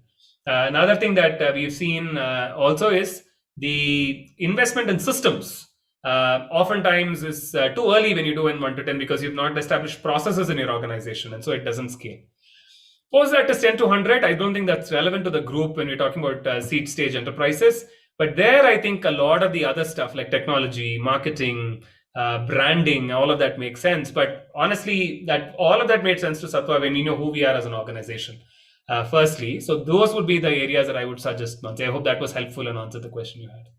Yes, thanks so much, Ratish. I think absolutely answered the question that I had on point, and would love to come back to you later with follow-up questions. But just kind of moving on to Nachiket Kulkarni.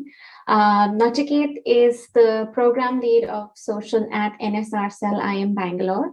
And for the people in our audience, NSR Cell is one of the earliest incubating organizations in India, and it's a stellar example, when it comes to sort of incubating very high impact social ventures. Some of the names are Milap, Anthill Ventures, and there are many, many more. My question to Nachiket is that, what are your 2 cents on how founders should assess and choose an incubation or an accelerator program? And also a more dividing question is that, do you think these incubation programs are for every entrepreneur? And yeah. Thank you, Mansi and YSB team to invite me here. Good afternoon, all. Can you hear me clearly? Yeah. Okay. Go ahead, so I think I would take that question and kind of split it into 2 perspectives. One is the entrepreneur perspective and one is the enterprise perspective, right? So when you choose to decide, and as an entrepreneur, you always put your enterprise at first. But I would say that, at the point when you're trying to apply, one thing one shouldn't do is just look at the first ever business plan competition or the first ever rollout of applications from any incubator and go for it, because at an early stage you are desperate, and that tends to happen. So that is one mistake we see a lot of entrepreneurs doing, which we don't want people to follow. So I would split the entrepreneur part into 2 things. One is the personality itself, and second is the professional background a person comes in with. Personality-wise, what we have noticed is, if you are open to listening to, because these incubator program and accelerator programs really push you hard in terms of, probably thinking of a pivot in the case of a pandemic, in the case of recession, in the case of any climate impact on your operations. Second, in general, are you a listener? Are you someone who's going to take advice from mentors? Because mentorship is something that is very, very integral to all these programs. We've had cases, and Naga is the best example here to actually share both, the good stories and not so good stories. There are founders who just take those advice, who actually push themselves to actually do what the program is expecting them to do, because there are program milestones and the deliverables, and hence there are deliverable based, be it a grant, be it a demo day or whatever. On the opposite side, if your personality is stubborn and not open to change and not open to react, and that's a characteristic trait of some entrepreneurs, where there's nothing wrong, then you may want to have a co-founder who's a completely complementing personality, who would want to attend such programs, who would spend time, who would be actually listening to and taking advice from from an industry expert. The second bit is the professional background. Now, in my personal, in journey, or even in NSR, we have seen entrepreneurs going through, various journeys. So I know someone who has been in Bain Capital, in London, but now runs a tea, an organic tea brand. I know someone who's run a digital agency himself, and he now runs a food snacking company. Okay, so in your personal journey, I mean, and through your professions and education, you would have learned certain sets. And I think it is at this time when you try and decide, what is it that you want that is missing in your sort of a resume, if you will, that this civic program is going to offer.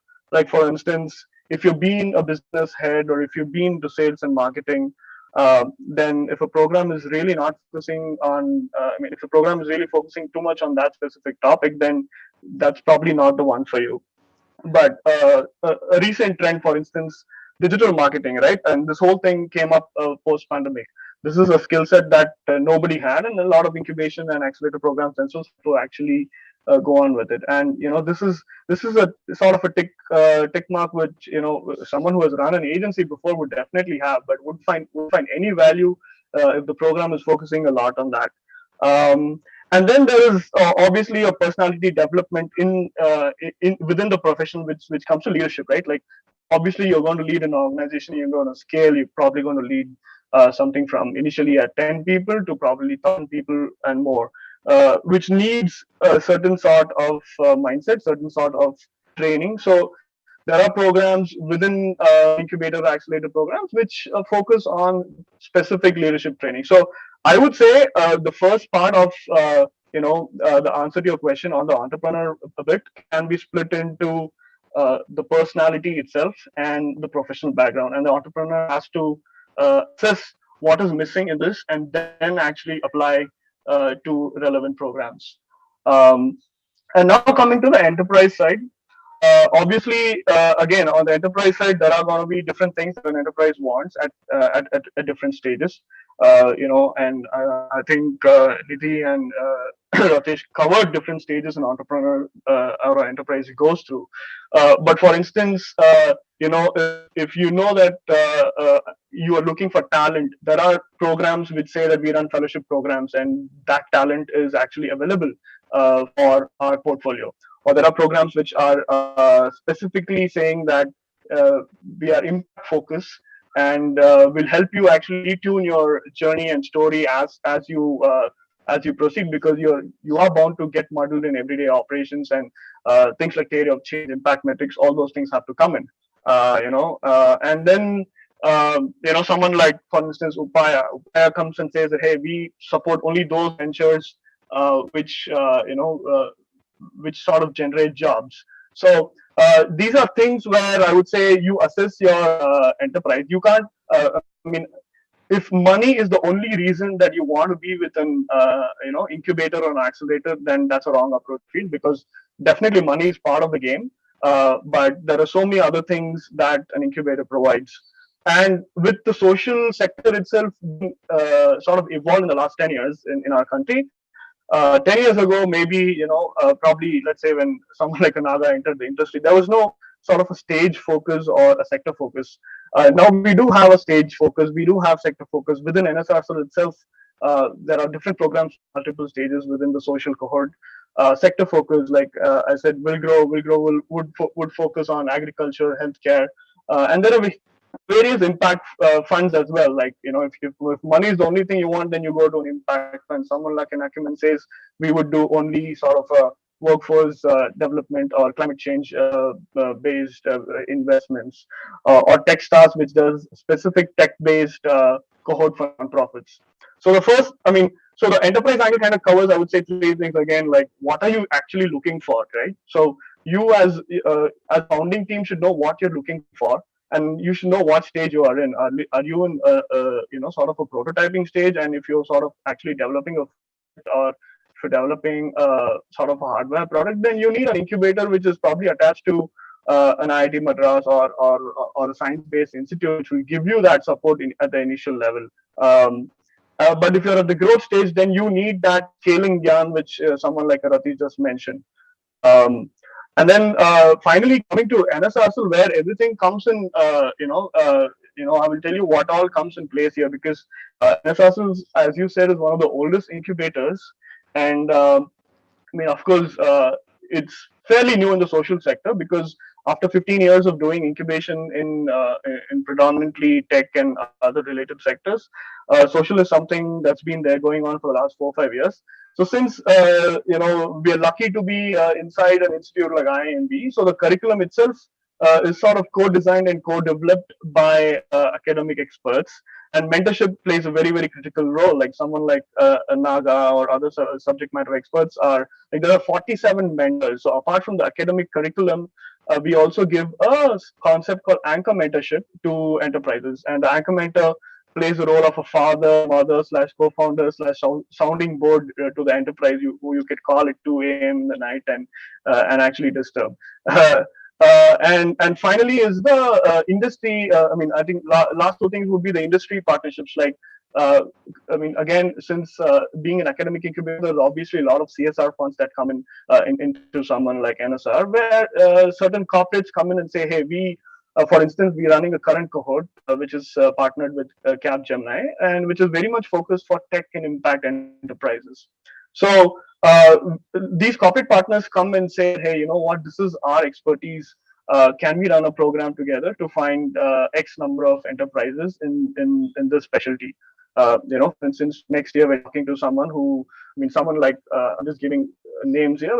It could be an FMCG company trying to run a circular economy or a sustainable packaging accelerator program, things like that. And last but not the least are the peer networks, right? So again, I would say pre-pandemic, a co-working space also was sort of a physical co-working space was also an offering of a lot of incubators and accelerators. It may not be very relevant. In the current scenario, but programs that have gone virtual shouldn't sort of underestimate the peer networks.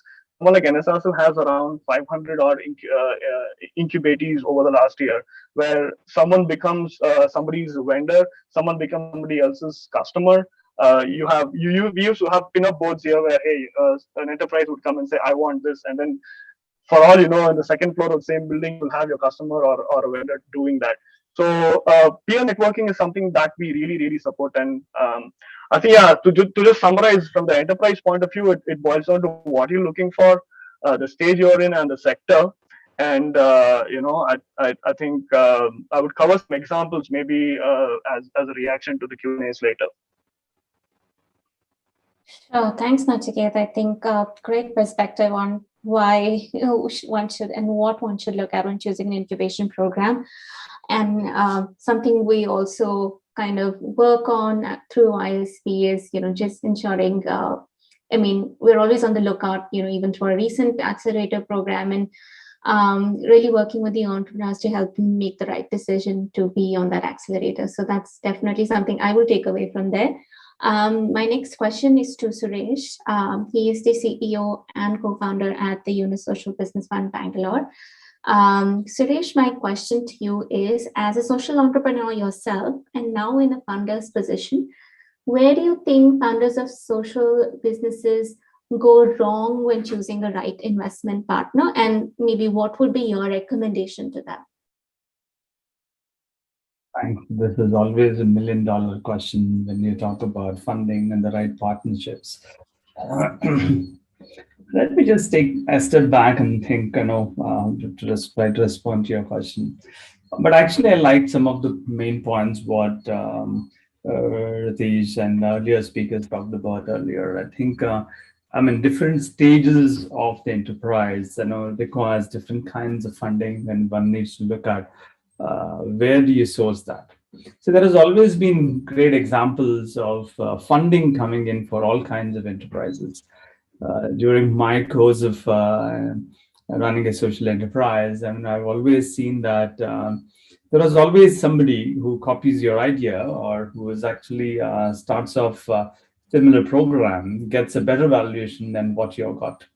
You might be a pioneer who started off, but somebody copies and then goes on to make it big, and somebody gets more funding or much larger funding from different kind of sources you wouldn't have thought about it, and a different valuation.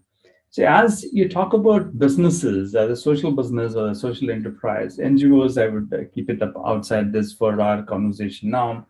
because they require different kind of funding, but they also need to be careful about where do we get the funding about.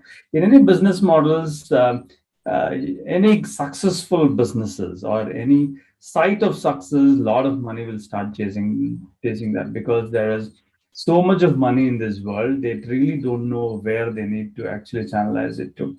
Uh, so the moment they see success, the money will start flowing in. So as an enterprise or the entrepreneur, one needs to be careful whether they want to take such kind of funding. So in my course of journey, I mean, I've come across all kinds of funders. I mean, you had extremely commercial funders towards a very patient funders, and then anybody between all of them. So what I feel is, I mean, if you look at kind of monies you get, I mean, there is no free ride for anybody except somebody who really wants to write a check and say, forget about whether I will get the money or back. That's a very, very limited supply of such kind of money is available. If one is running an enterprise, one needs to start working with funds which require certain expected returns. Otherwise, you don't get it. I think following this session, I think our colleague would now start talking about the power of 98%. I think I'm sure people should listen to her and what the experience there is. See, we from a CSR angle, if you look at the recent this thing, the CSR has become a big buzzword. Everybody's running behind that. That's the 2% of the money of the profits we are talking about. What about 98% of the money which the corporates make? Is not 98% of the profits, but what about the rest of the fund which has actually gone into those enterprises? Where do one get that?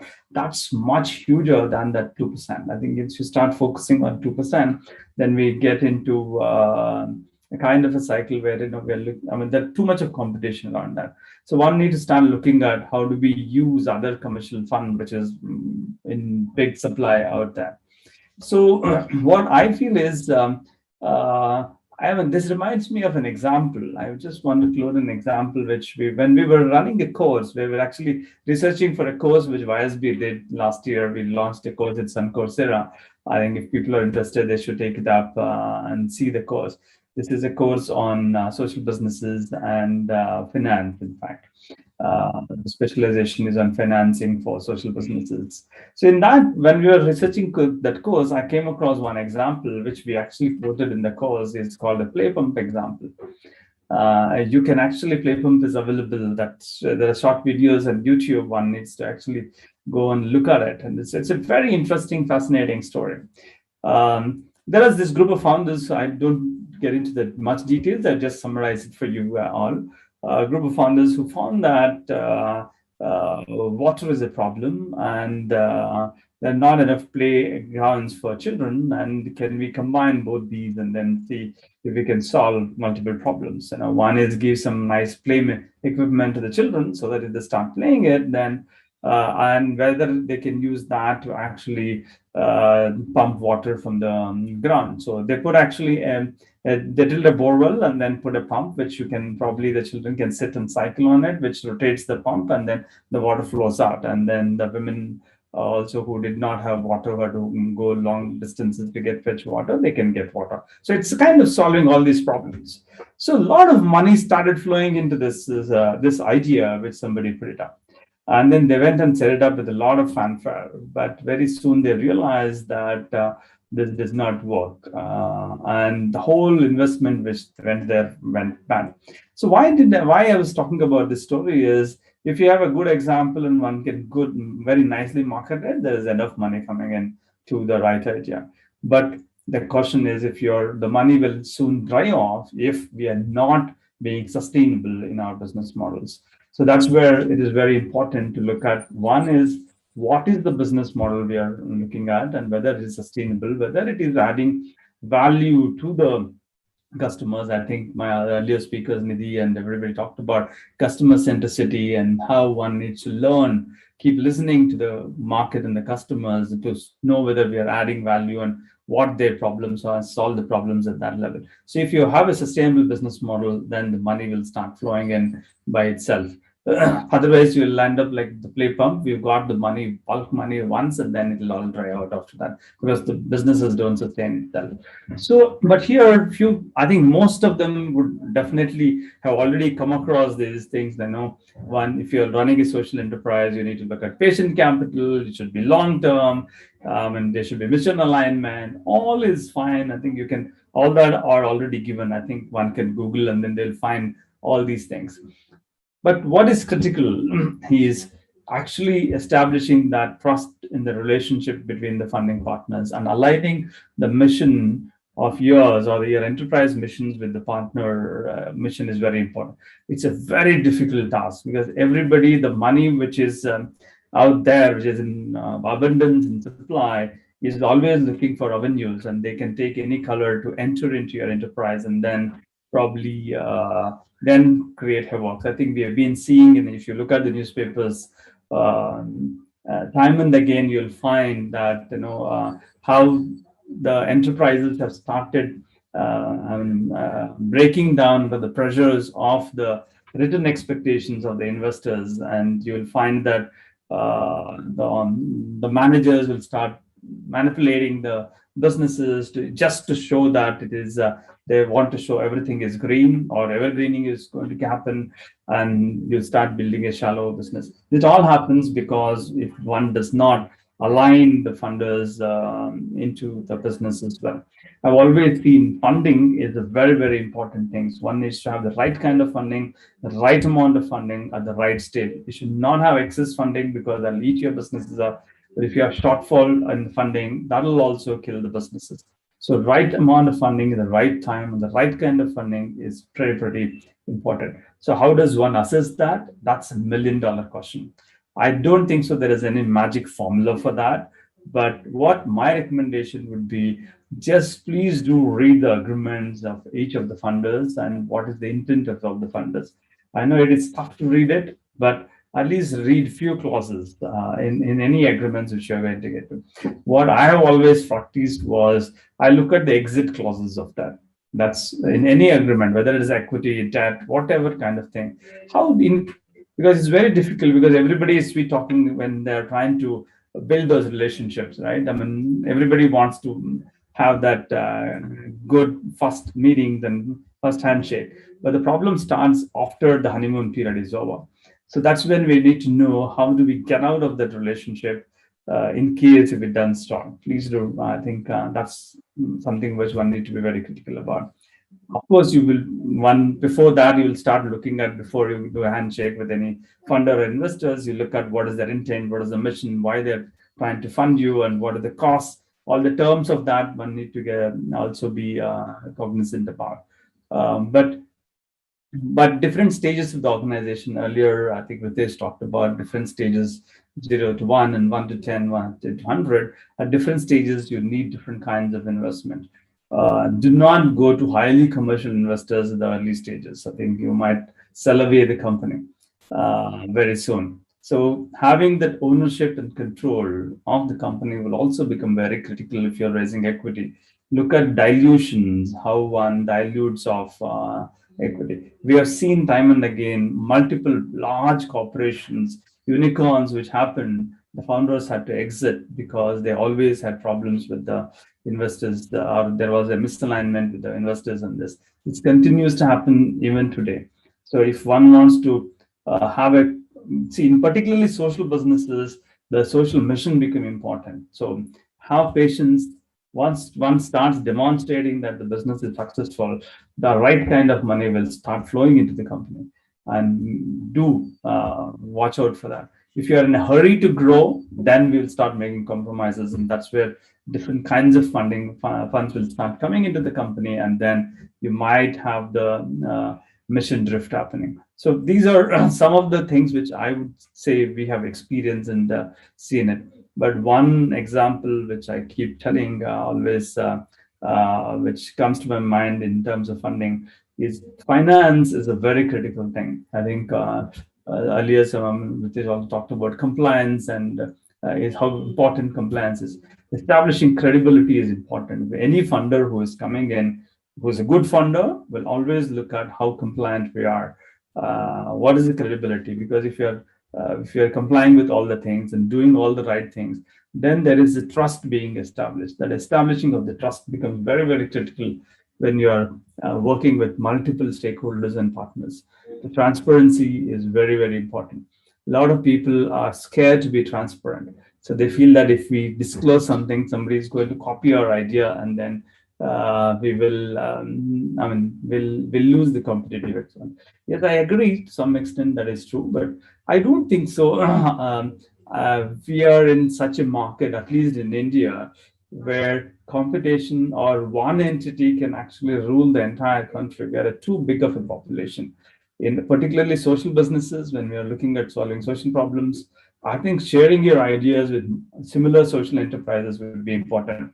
The more you share, you'll have a good comradeship also coming up. That will bring in the right kind of funding also.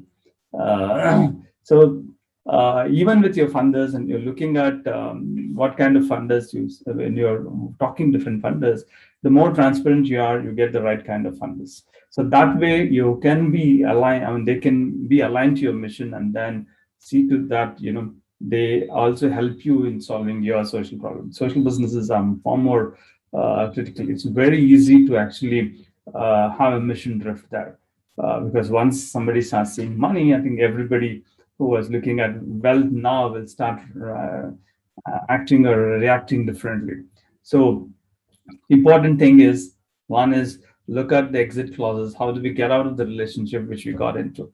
That will always help you in case things are going wrong. But it does not undermine that you should not work with them. You can always establish rules of relationship and how one can actually engage with different kinds of funders in different relationships. Same time, look at if things are not so okay, you know how to get out of it without creating more damage to the mission and the organization. I think I'll stop here with this, and then happy to take other questions later. Sure. Thanks so much, Suresh. And we do have our last panelist. So we have Mr. Prakash Reddy. He's the partner and director at Realogic Technologies, and he is bringing the much needed, technology perspective to this panel. My question to you, Mr. Bhanu, is that how do you think social businesses can leverage digital as a tool for inclusion of low-income communities? Especially now, we've seen in the pandemic, a lot of organizations have pivoted or are trying to pivot to a digital model. How do you think organization can use this more effectively? Hey, thanks, Manasi, and thank you, everybody. Thanks, Suresh. It was your talk about the exit one was a wonderful one, actually. I'm sure most of the people who are listening to everybody in the chat, Ritesh and everybody, and Nidhi, they would have loved it listening to them. In fact, the most important, I keep telling people about the exit clause. People don't listen to that. I'm sure you pinpointed so well. I'm sure the community who are listening here would definitely take the inputs out of that entire thing. So, I'll just go back to a couple of stories that I would like to share with the community here, the people, my friends here. One is that I have seen during my how tech was built, in some of the social enterprising solutions that we have built up. And myself, when we did our own company called Urban Kisan, when we developed this entire product, which is an hydroponics thing, how the tech has actually changed the entire community platform, helping the farming communities, how it changed. I want to share a couple of things here. So first thing is I still remember when we started Realogic Technologies as a tech company, we had a very peculiar case. We were like normal. I was earlier a founder of a company called Bartronics, the barcoding company, which actually went for an IPO in 2005. I was the founding member there. And we did a lot of solutions and applications using barcodes, variety of solutions for temples to, masjids to many places, how this barcode was helping in many areas. One of the customer walked into us, from a company called Matrix Seafood. He was actually trying to help from aquaculture units. It was like social entrepreneurs, like, and they were trying to help people in the coastal district areas. He was trying to see how we can help the people, the communities that he wanted to build up. It was a gentleman who came to us, was wanted to create entrepreneurs out of this aquaculture actually. So certainly the big challenge that came to them was, there were biggest challenges in aquaculture was pH value, oxygen levels, salt content. That's the reason why most of this, the farming communities, a lot of, the wastage, the death of the aqua thing farms, and there were a lot of losses were going on in the places from these, coastal district areas. And what we realized is when he came back, the community came back to us and says like, hey guys, like, can you help us to help the solution here? And when we built the entire tech platform, when we went and understood, in fact, this is exactly where such solutions we can go back and how we have tech has built up, and found out we made one IoT census boxes, like, which we left it in the farming areas, which actually senses the pH value, oxygen and salt content. And anything, there is a variable in these things, it used to give a message back to us. And we had mobile vans, mobile people working over there, the communities, and started helping each other. So the farmers community started helping each other, and the tech they started building up. And we were surprised to see all of a sudden there was a sea change in the entire community there. There, everybody were mobile. In fact, there was so much learning community which is happening there using the technology. That was a surprising factor to us. They could be able to communicate. If something happens in the day, night at 2 o'clock, the message pumps in from one of the IoT sensors, devices sends to one of the place, and then by 2:30 in the night, somebody goes back and puts those, water softener, aquaculture sanitizer into the water and correcting it. And so much of business started growing there actually. So this was one important factor that I saw, how tech actually helped them, the farming community. And this is what we learned during our own things and IoT devices that we made, and antibiotic free, and they ultimately what they did is they actually went to Nagarjuna University in Guntur and actually created a course on this tech actually, so that the local farmer community children came and joined there in that course and started learning about how to help this farming community. And this became a super duper course from this local community there. And these companies who are actually selling those and softeners, water softeners, aquaculture, sanitizers, the medicines that they're putting across, they started acquiring these student communities there. And still it is the most running institutions there. And that success story has happened. So now I'll go back to another story, interesting story, which actually happened within our company, like Urban Kisan. Just to give you a little background story, Urban Kisan is one of the company that we have built up on hydroponics. It is actually basically to build, grow your own food. That was an idea that we started the community. Initially, when we started this, the idea behind this thing was only one thing was 85% of Indian farmer community are the people who actually have 1 acre to 2 acres or 3 acres maximum, or maximum it goes to 5 acres. The rest of the community is like 15% of the people who have 10 acres plus 15, 20 acres. But this 85% community, farming community, are the people who are actually helping growing the entire food for us actually. We saw that is the area that we went and mentioned it.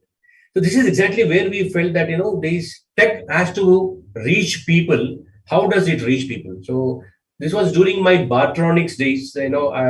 We did a very important work when one of the Voltas company that we went and did automation for a refrigerator company. What we did is we have not automized the solution right from the beginning, source material to end material. What we did is when the material was going out, dispatch, that is where the automation started. There was something little idea gave to us, and we went back to these the farming communities and said, boss, let us see how we can help this farming community guys. And when we all know that, how the middlemen eats away things, and a lot of application solutions, people talk about how they, trying to solve these things. Many of these, forums you might have seen applications have come here. But what we did is, while building the solution on hydroponics, which actually solves the problem where 95% less water we use it and no soil is required. That's a tech that we build up, and a small 2,000 square meters area, like square feet area, we're able to have in a vertical farming. We have done almost 28 to 33,000 plants we have done actually. Imagine just a small flat, 2-bedroom apartment can have a 38,000 plants. It's unimaginable. So we created a story using the IoT devices, the technology that we've built, which helped the entire community.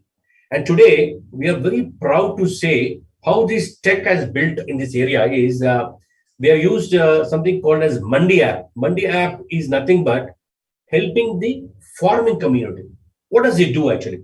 So a lot of farmers which are there across India, right from Jammu, Kashmir to down South Kerala down, anybody you wanted to buy, like, white honey from, let's say, Jammu Kashmir, something you wanted to buy from apple from Jammu Kashmir, or something else from Kerala that you wanted to send spices. Anybody who wanted to buy, the cross selling can happen. All these farmers can come back to an design app that we have created, and people can come back and the farmers can start selling it through our platform. And this has going to become a very disruptive thing, which we have reached. The entire tech was built up. It took us almost 3 months to build the tech with almost a huge team that we started building up. And we reached almost 2,000 farmers personally and told them the entire application. And it was so amazing to see the farmers are well aware of this technology. They're aware of these technology that they've been using it, and fortunately their kith and kin, their children are also tech-enabled people, and some places where they are not there, they're able to learn much faster, and this is going to be very disruptive. And this is how this, we took the help from the seed companies, farmer associations, fertilizer companies, and ICRISAT, big companies like that. We could able to see the technology is playing a very vital role, and this is going to be complete disruptive in these areas. And we have seen the apps which have been developed. In fact, most of the places when you go back and the remote areas and locations in Andhra Pradesh, buying rice, or you go back to spices, some of the places, different rices, or Telangana, some places here. Everybody is like tech enabled. In fact, the tech is such that which is actually happening, and creating a free way of approach models, and people are able to use it so well across. So this is something that I feel the tech can be a backbone for most of these social entrepreneurs. And I've been interacting with Arunachalam Muruganathan last 14 years. I've been associated with him. He's a good friend of mine. And Jayashree Industries, we are trying to help in the sanitary napkins. How he is today is finding a biggest challenge is to reach the 1 million women entrepreneurs he want to create. And that is where we are now trying to associate and work on the technology to reach people. And today he's in much countries, he is known much well. And with Padma and Bhushan and everything awards that he has got right now. And he's able to work across these solutions and everything. And we are going to build the entire thing. And people were able to make in a good amount of money. And we saw the farmers actually, the biggest challenge we have seen many farmers today is they're not able to get money immediately. They get money after 15 days, after 1 month, most of the times. And this is something that what we created, these application and apps, which most of the farming community are looking forward is, it is money given on the time. It is immediately paid and you are purchasing goods from him. And we have built the entire logistic community, and the tech is going to tell them, if somebody wanted to sell something from Kerala, it actually rotates to the logistics companies.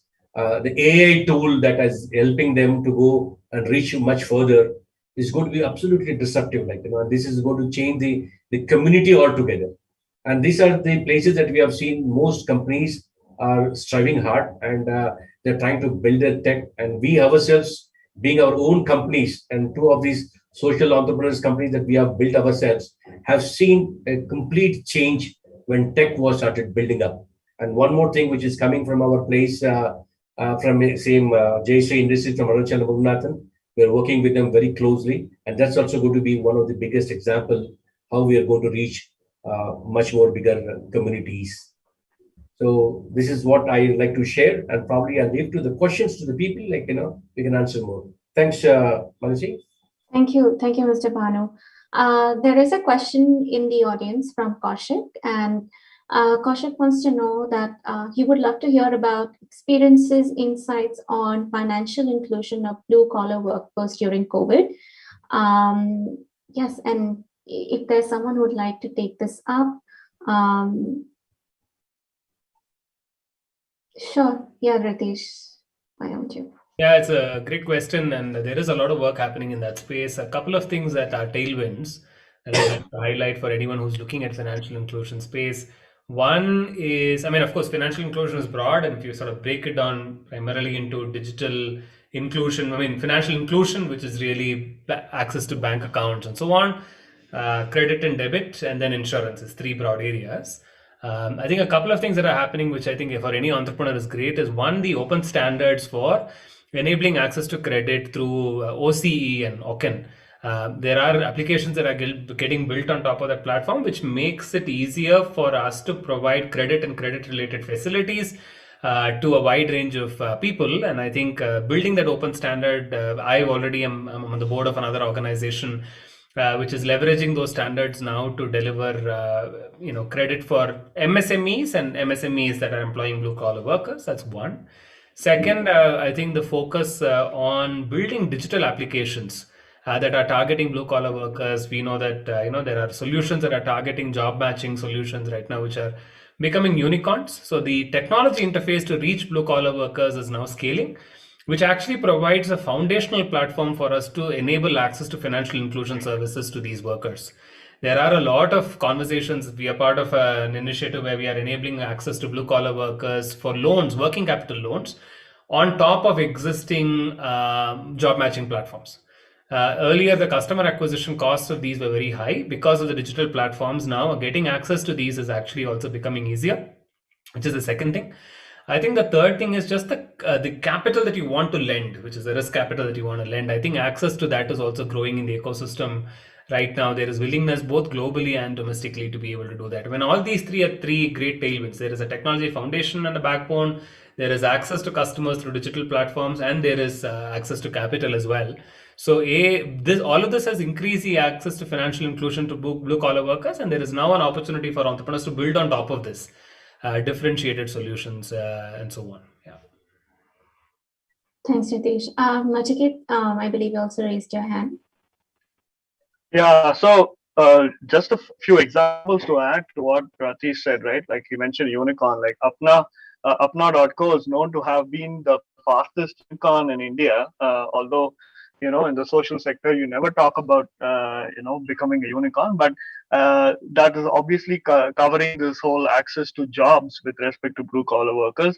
And then someone like Digit, insurance, which is going to actually, or Puno Finance. These are a few startups which want to tie up with the aggregators of today. Like, just to name a few examples. You can actually tie up with an Uber or a Swiggy or an Ola, because they have this whole platform of informal and blue collar workforce which need other value added services. So I think that's a great point that the CACs have completely come down, because you need to crack that one B2B partnership with so many aggregators in space. But at the same time, this is also one of those segments where conventional tech venture capital is taking note of the social ecosystem. This is, there is where we have to be careful, sort of a thin line to be drawn, where, we have seen examples, as I said, like if you are actually building a social venture, I'm not sure if you can claim to be the fastest unicorn in the country, but that has happened. So I think this is a great, I would say, great sector in which how Mr. Bhanu mentioned, tech is actually playing a great role in integrating the workforce. Sure. No, thanks, Nachiket. And I believe Ratish has already answered the question. in the that was shared is, what is the fundamental difference between social investors and not-for-profit investors in terms of expectations from an ROI standpoint? If there's anyone who would like to take go at it, otherwise we'll wait for more questions from the audience. I can do that, Mansi. I think Naga wanted to leave. I think thanks, Naga, for being here today, and then we'll catch up soon later. I'll catch up with you tomorrow or the day after. So answering that question about the difference between social investor and the regular commercial investor or for-profit investor. So there are multiple definitions. You can look at YSB's website. Probably you will actually see what social investor is about. But such kind of investors are in short supply. So one can access such kind of funding, but it is definitely in very much short supply. So what I would say is, if any investor, it can be. The social investor is basically, to just define for your sake, I think social investor is one who is not looking at exactly financial returns for themselves, right? I mean, they're not looking at making profits and creating wealth for themselves. They're looking at creating wealth for the public at large.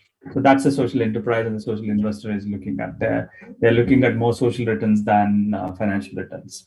But having said that, social investors, the social investment funds might also charge certain amount of fee for the services because they need to cover their operating costs. So in one sense, the definition would be whether the investor is looking at making profits for themselves, or are they looking at just covering the cost and continuing to support the social cause is the difference, what I would say. The exact ROI definitions, okay, I'll tell you, for the last 20 years, I've been trying to say what is the right ROI number which is appropriate, but I don't think so we have been able to nail it for so long. I think, see, there are so many factors which influence what is the ROI, how do you define ROI, and what is the right amount of that. So usually what Eunice used to actually talk about this quite a lot. The best way to put that ROI is in three different buckets. One is the green bucket, which is probably is the return on investment would be enough to cover your cost and probably add a little surplus to actually make sure that you cover your future risks and keep the value of your money. That whatever is that rate would be in that green bucket. The yellow one will probably is slightly more than that, and the red one is if it is too far away from that position. So that's how one can actually look at the ROI expectations. So each country, each enterprise and each business has different kind of ROI expectations. So maybe we can have an offline chat on that, what might be suitable for a particular business and a particular kind of a thing. But in generally, I think it's I think there is no one magic formula for actually determining that. It also depends on the risk of the enterprise. Many a times, what should be what is the kind of return on investment the enterprise should be also making. So I will leave it at that. If you want more explanation, we can take it offline. Sure. Thanks, Suresh. I mean, I do have another question, because since you already have Ritesh, Ritesh, you briefly, I think, touched upon CSRs, and so did Suresh. Maybe it would be good to know, how can social entrepreneurs start working with CSRs more? Sorry, Mansi, I just missed that last line. Sorry, yeah, my question to Ritesh, and in fact to the whole panel, would be that how do you think social entrepreneurs can start working more effectively with CSR funds? I could get started on this, Mansi. I'm sure the panel has a lot more inputs as well. One is there has been a legal allocation for incubators and supporting innovation in the CSR law. Increasingly, more and more CSRs are keen on supporting incubators. Nachiket himself talked about Capgemini, focused on technology. There are similar incubators funded by CSRs focused on AI, ML in innovations in IIT, also in agriculture, etc. So there are ways in which companies, especially technology-focused companies, are driving innovation through incubators, and that serves as a platform for organizations to become part of incubators and thus leverage CSR capital. That's one approach. Second, there are corporates that have established corporate foundations where the legal recipient of corporate social responsibility funding is a corporate foundation, which in turn then can fund social enterprises. So social enterprises that are looking for patient grant capital or at looking at impact focused capital can look at approaching corporates that have a corporate foundation, which are also donors, because most of corporate foundations are becoming implementation based organizations, but there are a set of organizations that continue to serve as donors while still being run by CSR. Third, I think strategic partnerships with CSR, with nonprofit organizations, is another model for leveraging CSR capital. We are seeing this a lot in EdTech, for example, where EdTech players have partnered with nonprofits to improve learning outcomes, where both partners have a clear role to play. The nonprofits are better at raising funding from CSRs and then are able to apportion a part of that funding to EdTech players as well. I think that's another model that is working well. Four, and this is the last one, is multi-stakeholder collaboratives that are emerging right now. CSRs and philanthropic foundations are setting up collaborative initiatives where funds are getting pooled to enable support to organizations. And there is a model where we've recently supported EdTech-based initiatives under a collaborative initiative called Bharat EdTech Collaborative, where some of the recipients were social enterprises, which are EdTech providers again. So all of these four models are available. The first is through an incubator funded by a CSR. Second is through a corporate foundation that's a donor entity. Third is via a nonprofit organization where there is a clear strategic partnership, not just a pass-through. And fourth is strategic collaborative initiatives between CSRs and philanthropic foundations. Got it. Thanks so much, Jatish. If anyone else in the panel would like to take that up. One addition I can always look at. There are a lot of these, and adding more to what Ratish said, I think there is a lot of different kinds of funding available, similar to CSR. Right? A lot of big corporations do want to fund innovations and fund new ideas or entrepreneurship activities. So one can approach them. I think the way they can structure the funding will be it can always be discussed with them, but once they like the idea, they will do provide the support. So, for example, one example, I don't want to name the entity which provides that. The CSR in India particularly is a little bit challenging and technically, because CSR money can go only towards development or charitable purposes and not for business purposes. But that law has been trying to be tweaked out where we can try and to include social businesses there. That's still efforts going on there. But until such time, either the money can get routed through the DSTs or the incubators who can kind of also invest. And there are multiple entities out there like that. Many universities do have funds. The CSRs, if they fund also these incubators in the universities, and they can in turn invest. But apart from that, corporates can also fund certain enterprises if they really like the enterprise and they want to really focus on the social businesses. I think one can look at not just the 2% CSR, but also if the corporates like it, they can actually pull out a lot more money. There are multiple examples out there in the world. I mean, for example, Danone, in the French company, actually set up the whole new enterprise itself as social businesses themselves, which is completely outside the. It did not come from their 2% CSR funding. It came from their mainstream funding, which they actually set it up. I mean, there are more examples. Even if somebody wants to learn more about it, they can look at the Social Businesspedia website, which is there. I think it'll tell you more about that. I'll stop here now. All right, since I don't think there are more questions from the audience, so I just would love to wrap up the session. And again, thanks so much for the panel for coming in and giving your insights from the different journeys that you've all had. We hope to sort of have you over for another session soon. But again, and for the audience, please feel free to stay on. We have a few more presentations, and we also have Professor Yunus joining us around 6:30 p.m. So, yeah. So much. Yeah. Thank you, Manasi. Thank you so much. Thank you, Manasi. Thank you, panel. Thank you, everybody. All right. In fact, I think this year's the Global Social Business Summit's theme has been the 3 Zeros one. I think there is a new initiative by the Yunus Center and Dr. Yunus himself. It's about 3-0 clubs, which is going to be set up across many universities and different educational institutions, where we can inspire more children to actually start looking at the world differently, with world to achieve 3 zeros. The 3 zeros stands for zero poverty, zero unemployment, and zero net carbon emissions. I think it'll be interesting to listen to Dr. Yunus and his idea of how to we inspire more students. I'm quite keen to see how it has taken off. They just launched it in the month of June this year in 2021. I think many universities have started already adapting it. So let's wait to hear from him. Great. So then I think I will hand it over to Sushma. Yeah, Mansi, thank you so much. So after a great panel discussion, let us move on to our next session. In this particular session, we are going to have special presentations of about 15 minutes.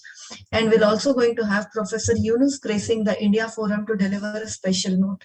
So starting with our first presentation, we have Mr. Amit Malik, Head Sports Social Initiative at Abhinav Bindra Foundation. So over to you, Amit. I hope we have Amit Malik with us. Yeah, he has joined us. Yes, he is there. Hi, Amit. Hi, Suresh. Thank you, Dr. Sushma. So this will be presentation or a discussion. Would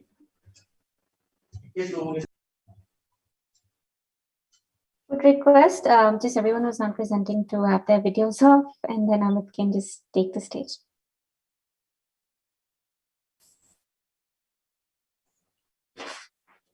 Thanks, Dr. Sushma, for having me and giving us chance to share what we are attempting to start in India, combining sports and social business. So I have put together a brief presentation for the discussion today. And can you share this, see my screen now? Yes. Yeah, okay. So we feel that while on one side, we always talk about 1.3 billion population. At the same time, we have only 5.5 million actively playing population in India. We had the best ever performance in Olympic with 7 medals at the cost of almost 500,000 youth who are actively involved in elite sports. And most of them leave sports without any economic advantage in their lives. At one side, sports has direct implication for health and well-being, and potentially it has to be universally accessible and affordable for every citizen. That is a challenge. And at the same time, the playing population itself is not able to get any economic advantage out of it. So with this set of current scenario, which has a lot of challenges, we do feel there's a historic opportunity to reimagine sports in India through the power of social business. And to reimagine that journey through Abhinav Bindra entities, Abhinav Bindra Foundation and Abhinav Bindra Futuristic Limited, we have formally partnered with Yunus Sports Hub to drive the sports and social business objectives in India.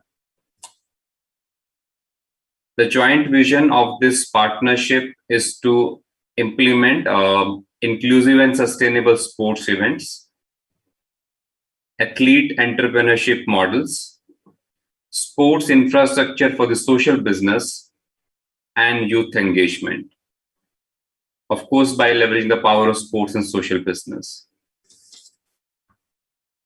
The Indian sports ecosystem can be looked at in this rectangle form primarily, where we have a huge number of young children, 300 million almost, who are at young age less than 15 years. And then we have a large number of youth population. Within the youth population, we have a small percentage of professional sports people as well, who want to pursue sports for their professional growth in their careers. And then we have a very large active population. I will not reiterate the issues which we have country as a health, whether it is the lifestyle diseases, obesity in children, accessibility of sports to the marginalized communities. These are something which are very publicly known facts.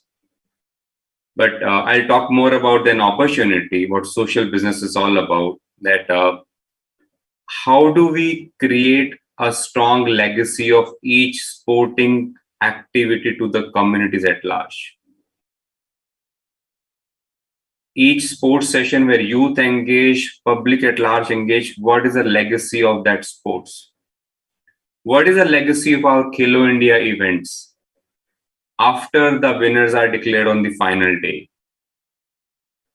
What is the legacy of our sporting infrastructure, through which we hosted maybe Commonwealth Game and a lot of larger events? How that infrastructure or that money spent is giving a larger legacy to the community at large. So there's a possibility to relook at that legacy. There's a possibility to take sports to every citizen through the perspective of social business. And when we look at sports, we just look at the elite side, but at the same time, if we link it to the other sector, which are closely linked, like your manufacturing, health and fitness, nutrition, those are some of the very strongly growing sector in India. And even the COVID time, one of the apparel segment which got highest demand was the recreational leisure and playing outfit. So we feel that there's a possibility to reimagine sports across all segments by using social business model within the sports and also using sports to solve other social issues in the country. With only one perspective, that our ecosystem has to be self-sustainable for all the stakeholders. Though sports is generally consumed from the elitist point of view, I will also like to share some of the data on this side. And this is about a developed countries such like United States of America. 86% of their college athletes still live in poverty. In India, thousands of the athletes retire every year from their respective sports without any source of income. So there's a very strong need to look at the economic side of this sport for the athletes who are primarily playing for the professional growth. At the same time as well, some of our big event like Commonwealth or even Cricket World Cup has a huge budget, $40 to $50 million for a 1 month World Cup. But we have not tried to relook those events from the perspective of the social impact in communities. An event of such scale has thousands of vendors. It has got maybe millions of directly indirect workers working on this. What is a legacy which we can leave through those events? And third, our sports infrastructure. Even if we leave the big stadium itself, at least in each district, there are 8 to 10 reasonable stadiums. There are playing grounds mostly at each panchayat level as well. So how to also leverage those which are available to us through self-sustainable sporting center. So these are some of the data points which make us believe that social business can be a very strong tool to combine with sports. How to reimagine the events? Events for the Olympic budget, the whole budget of the Olympic Games of this 15 days is equivalent to budget of whole Paris city for 1 year. That is the scale of the expenses which get into big scale sporting event. I gave example of Cricket World Cup in India. Same way, even a simple national level event would have a reasonable spending on these events. How do we use this event for the larger benefit to the ecosystem, to startups, to MSMEs, to SMEs, and to create the economic opportunity of those events. A simple thought to ponder upon: a Women Cricket World Cup in India can create 100 women social business entrepreneurs as well. There's a possibility. If we want to create Women World Cup as a tool, strong tool to bring women empowerment at the forefront, there's a possibility of using an event where most of the vendor supplies are those organizations who have the women at their executive level. So there's a strong possibility here, and especially in the success post-Olympic, there would be a lot of mega events coming to India, a lot of focus on this. So there's a strong possibility of using those events to create social impact on the communities. Second major opportunity which we see is sporting infrastructure. While we always talk about the world-class infrastructure, which is not available in abundance in India, but at the same time, there's a reasonable available infrastructure which has never been used well. It is not even used for this playing purpose. So there our reimagining, like Professor Yunus says, that every square feet of sport infrastructure can solve the issue of the sports participation, and it can also be the place for the social business to flourish. So when we look at the event, the tagline is every rupee spent on event, what social impact it is creating. For the infrastructure, every square feet, every inch of the infrastructure, how it is benefiting the social business and sporting development. And third is athlete support. Athletes enterprising by their thinking, by their decision in their life. In a country like India, sports is not seen as a professional career to pursue. With that kind of skill and the hard work they put through years, the end of their career, they just become a grateful job seeker. And there is a possibility of a different social narrative here. With an enterprising mindset, with the hard work they are used to give for a large part of their life, there's a strong possibility to change this narrative in India by creating athletes as a job creators. And this solving the social issues, the power of the social business models. So these are some of the initial steps, initial dialogues, which we are doing together. Abhinav Bindra organization and Yunus Sports Hub. And this is just an initial start. I'm just sharing what we are starting with off, and this network of Yunus Social Business India and global as well. We are thankful to make us part of that group, that family. And we will definitely need your support as we go along to reimagine the sport in India through power of social business. Thank you.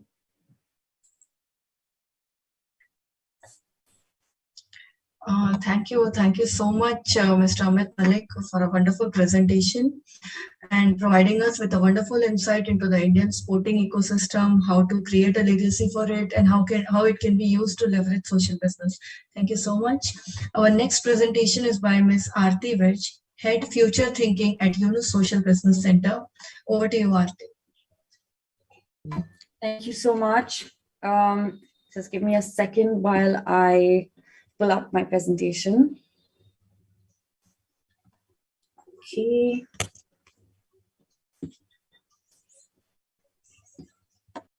Okay, great. So first of all, a big hello to everyone, to all of the co-panelists here. Thank you to the organizers and to the audience for for letting me share what we're up to. So what I really wanted to do today was just talk to you about what we've been up to. Sorry, this presentation is just going a little wonky, right? So what I wanted to do today was just share with you what we're up to in the future thinking arm of Yunus Social Business. What are some of the tools and resources that are available to you out of the research that we've been doing for the last couple of years. Also tell you a little bit about what is the new research that we're going to be doing next year. The goal is to share information that may be useful for you, and second, also to invite you to collaborate with us as we kind of move forward and think about what to research next. So first, just a little bit of an overview of UNIS Social Business. As you know, we're globally headquartered in Europe, but we operate, our operations are obviously in 9 countries around the world. And we do 2 main things. One is we run social business funds around the world that invest into social business entrepreneurs. And then the second piece is we also work with large companies, large multinationals, helping them to create their own in-house social businesses that are essentially taking, let's say in the context of India, not what they can do with their CSR, not what they can do with their 2%, but what they can do with their 98%. So we look at the ways in which the company's core business can address social and environmental problems through a business solution. And so that's really what we do in the UNIS Corporate Social Innovation team. And our future thinking division is basically situated in that corporate social innovation team. And what we're aiming to do here, it's a fancy word, but really what we're looking at doing is, we realize we work with about 50 companies around the world on actual projects. We also run incubator programs where we take social entrepreneurs. These are social business entrepreneurs who are employees sitting inside companies who are designing these projects. We've designed many incubation programs also for people like that. And so after doing about 5 years of action, we realized that there was also a need to step away from these individual projects and look at the concept of social entrepreneurship, of the idea of companies leveraging their 98% to solve for problems in a more systemic way, and do research around it. So pick up all of the lessons that we've learned from different projects and put that into frameworks and tools and very practical guides that focus on the how of how you implement these projects. So that's really what we're looking at doing right now. We've been busy. So this is a relatively new division. It started a couple of years ago, and we've already been quite busy and created a few outputs. So I'm just going to take you through what we've already produced, and I'll also in a second tell you about what is coming up early next year. So our first project started with looking at, we decided we wanted to create a playbook for social entrepreneurs. So we looked at about 200 companies around the world that were running social businesses. We deep dived into about 53 of them, and based on in-depth qualitative interviews with social entrepreneurs who were running these social business projects inside large companies, we extracted case studies, lessons learned, and created essentially, a playbook that can help any social business entrepreneur inside a company to either initiate their social business if that's where they're at, or if they've already started, to help them perhaps create more buy-in internally. And then if they're at the stage where all of those pieces are set, but they want to scale it, this can also, there are also a lot of resources in there that can help you scale the work that you're doing and partner with other companies as well. So that's really the first. And also just so that I'm not using a lot of jargon that people don't understand, let me make it real and give you an example of what I mean by a corporate social entrepreneur. So there are several examples. Let's take Danone, which is a really, really well-known, which is a very integral part of the Yunus social business family. They were one of the first companies globally to create their own social business. So what Danone did was essentially say, well, what is it that we really know how to do well? And their core competency was obviously, among other products, they also created yogurt. So they decided to create a social business, which was a separate entity. It was not a nonprofit, but it's in every way a little business. But the goal of that business is to address child malnutrition. So they set up something called Grameen Danone, which essentially addresses child malnutrition in Bangladesh through selling affordable fortified yogurt. And they came up with a lot of innovative models around distribution, around sourcing, because the idea was to maximize social impact throughout the entire value chain of the business, not just through the product that they were selling. And so essentially that's one example. There are several in India as well. We ran something in India called a Corporate Action Tank, which was an incubation program designed for we had, for example, companies like Tata Steel, Tata Chemicals, Siemens Healthcare, CEAT joined this initiative. And the kind of projects that came out of that were, for example, Tata Steel considering creating a steel-based solar-powered micro cold storage facility for smallholder farmers as an affordable product. So this is not something that they would do out of CSR, but something that they could design as a new product. Or see it looking at creating a reverse supply chain for end-of-life tires, which again they could sell as a service. So these are just some examples of what we mean by corporate social businesses. And if anyone's interested in getting started or scaling these, the playbook is a really good place for you to start. The next thing that we created was something called, so one of the things that we kept hearing when we were researching these social businesses inside companies was that the way social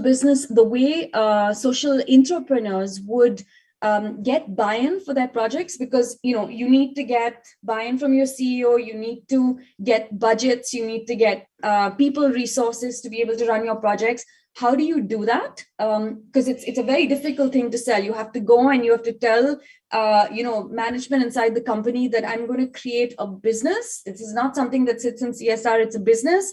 It's going to create tremendous social impact. It will not lose any money, but it's also not going to make you, the goal is not to maximize profit. So sometimes that's a difficult thing to do.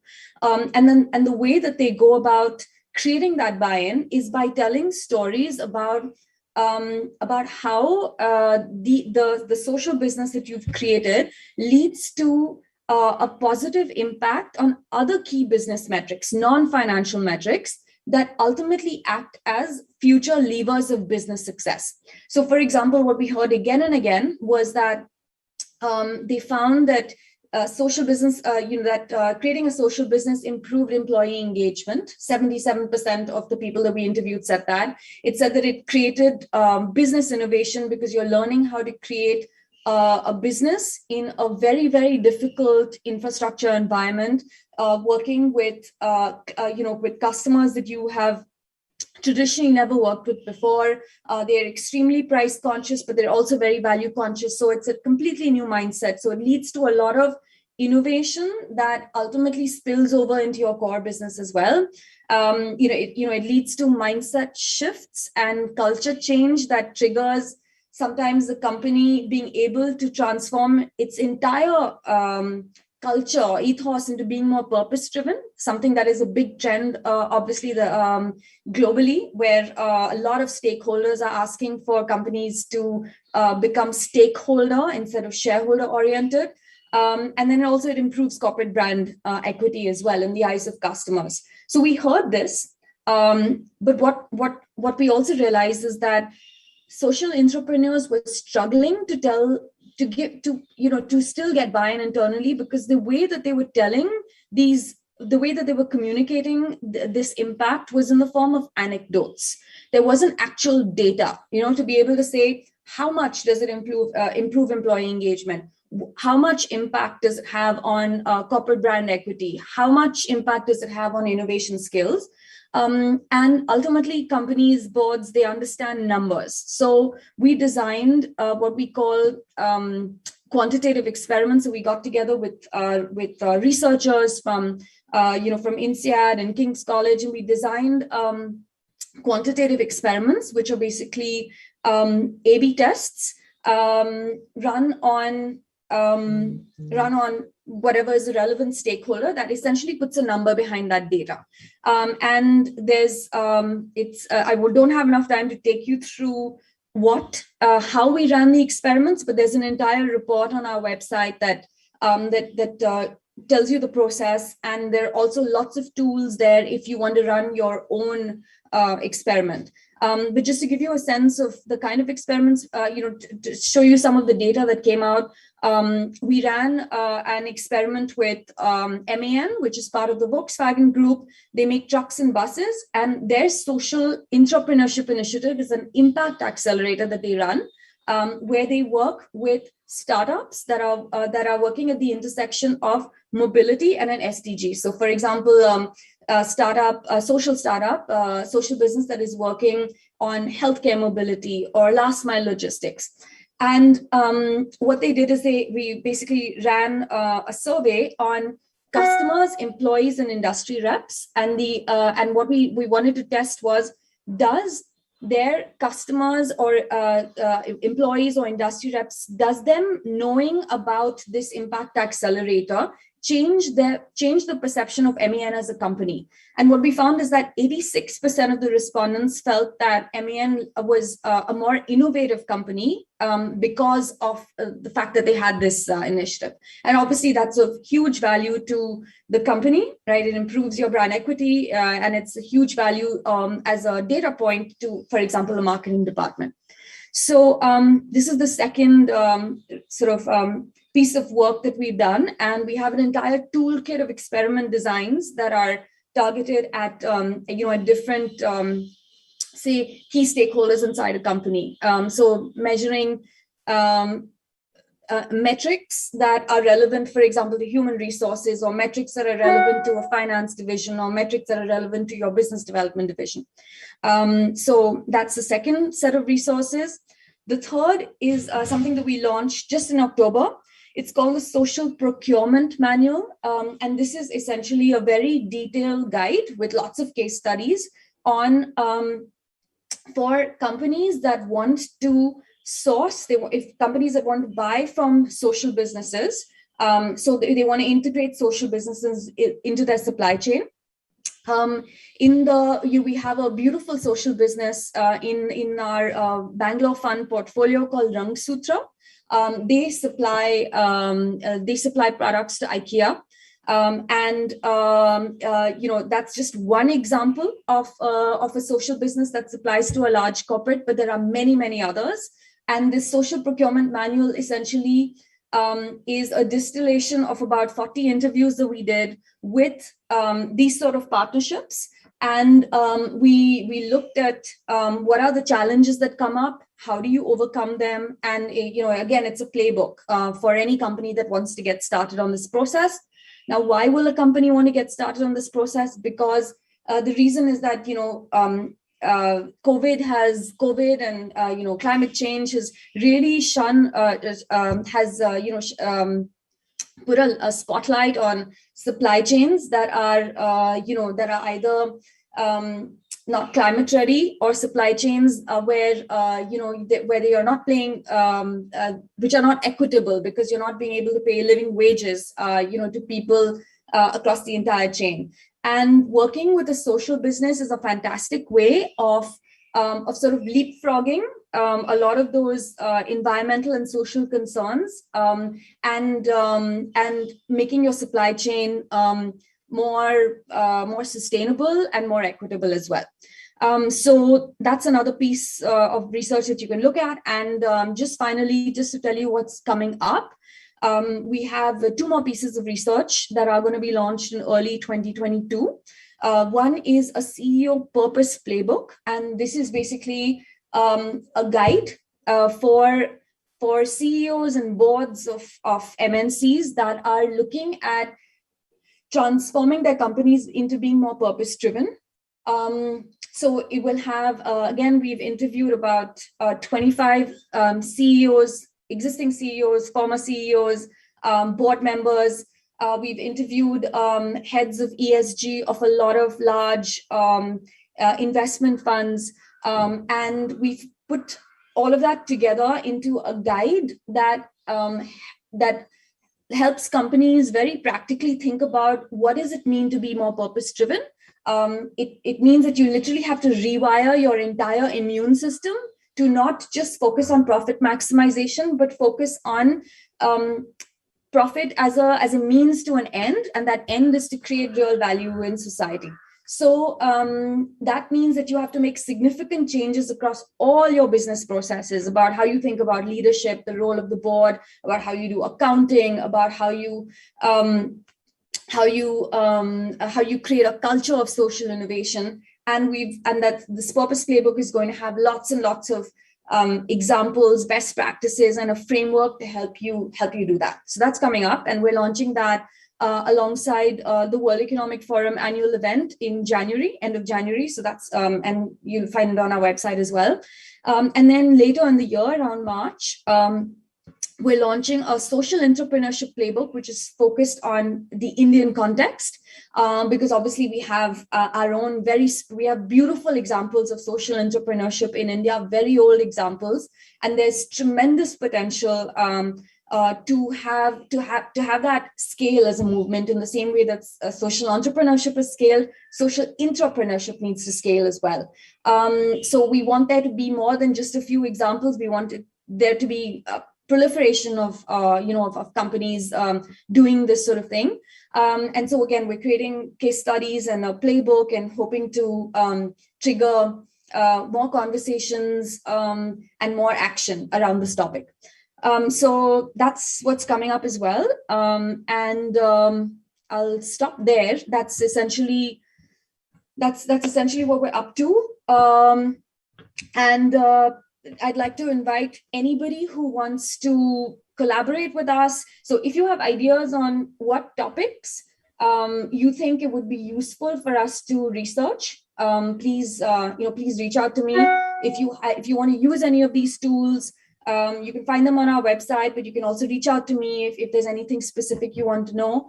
And just generally, if you have any suggestions, please feel free to reach out to me. I'll put my email address in the chat box. Thank you very much. Thank you. Yeah, thanks a lot, Aarti, for providing us a very, very useful information about business, unusual resources, and along with, of course, several other useful information.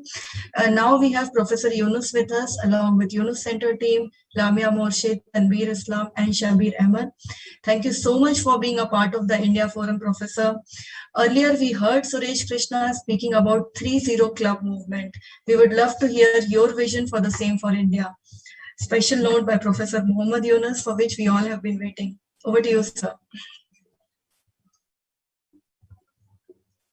Professor, you're on mute. Okay. Good to see you, Suresh. Can you hear me?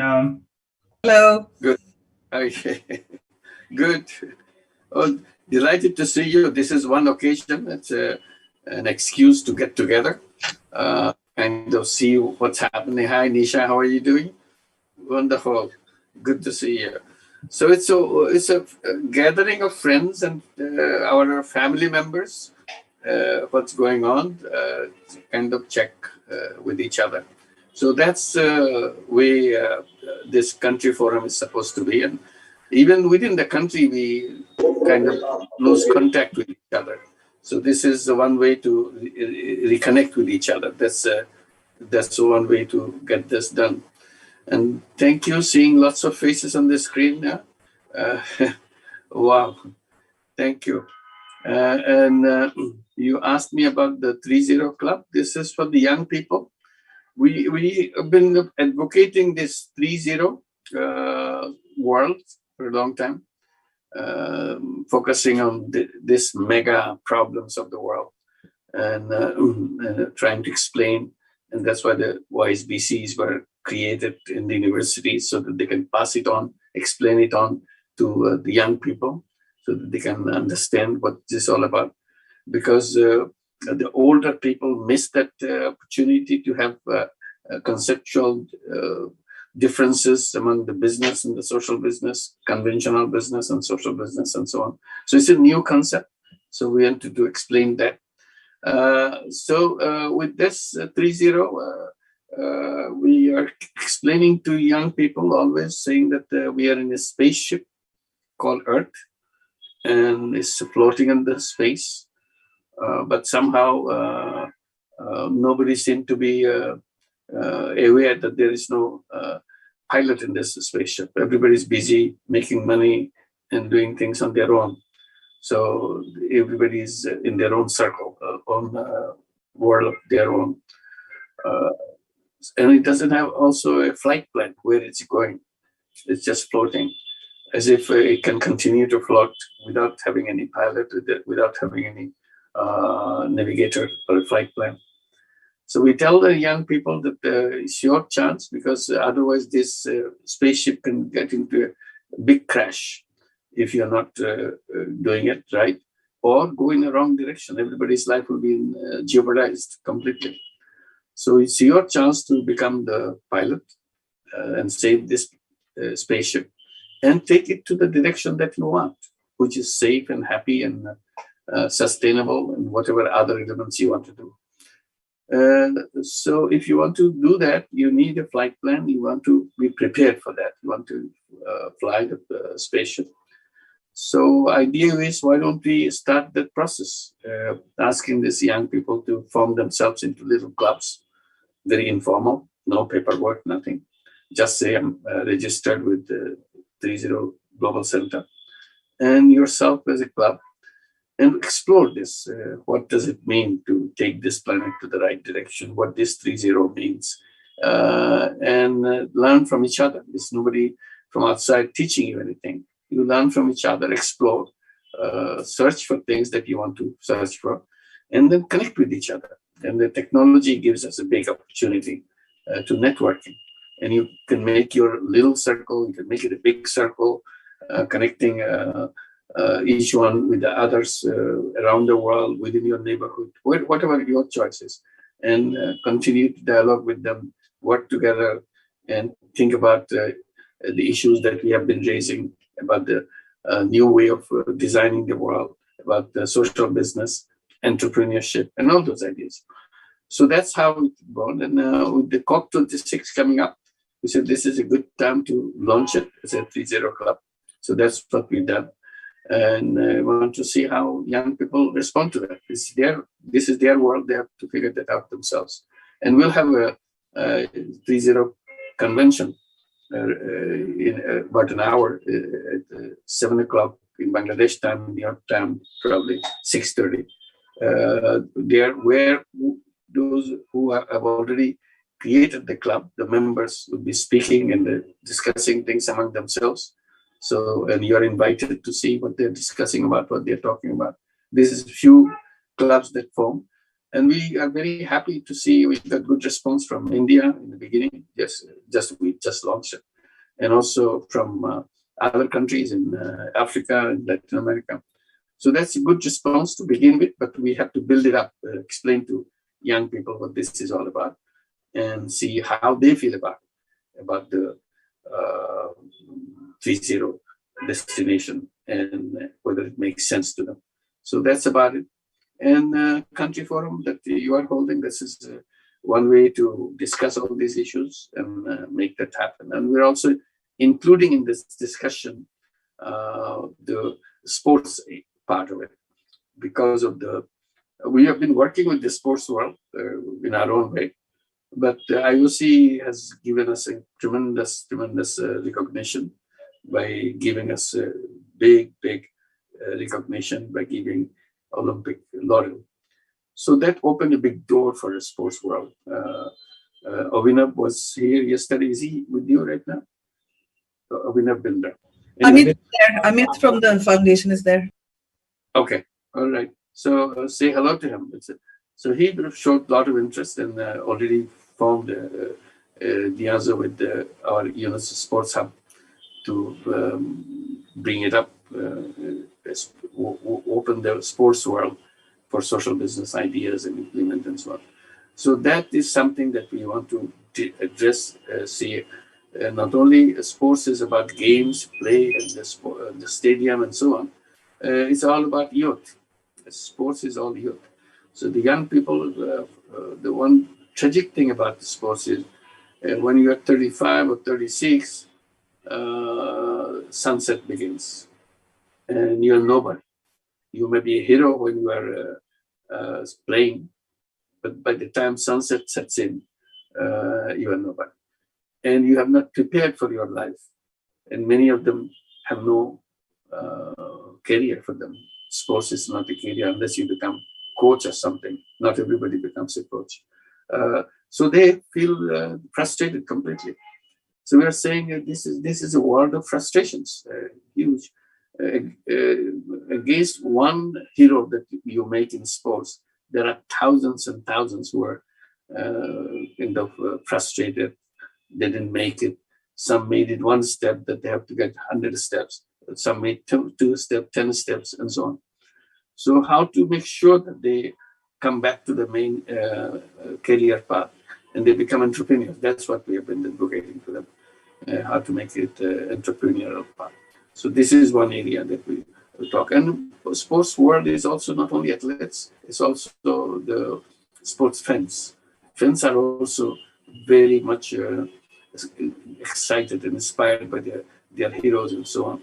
Whatever their hero says, they will follow. So if the heroes talk about social business, they will, what is social business? We must do it. They don't question anymore, hopefully. So this is another area. And sports is also sports business. There are also sports codes, billions of dollars of sports codes, trillions of dollars of sports codes around the world. So this is another area. Where do the sports goods sell? What kind of sports goods you can produce? Can you produce social business sports goods? So that that gets another angle to sports. Then not only buying your favorite sportswear, but you are contributing to society and making things happen, because that's the objective of this social business sports good company. Whether you are producing shoes or t-shirts or whatever you sell, many items that you sell, and souvenirs, many things. So that's the area that we want to discuss. And this is a new subject for us, and we want to bring it up with you as we go along. So today is a COP time, it's an environment time. Environment is also tied with other issues. Environment is very important. Whether we survive or we disappear from this planet, this will be decided very soon. And that process has begun already. It's a question of whether we can handle this process in a way we survive rather than disappear. We have two chances now as we go along. From 2021, the road is very clear. It's a fork. Every step we take, it will either take us to survive or take us to disappear. And that's why 2021 is so important. All the basic decisions have to be taken today, not tomorrow.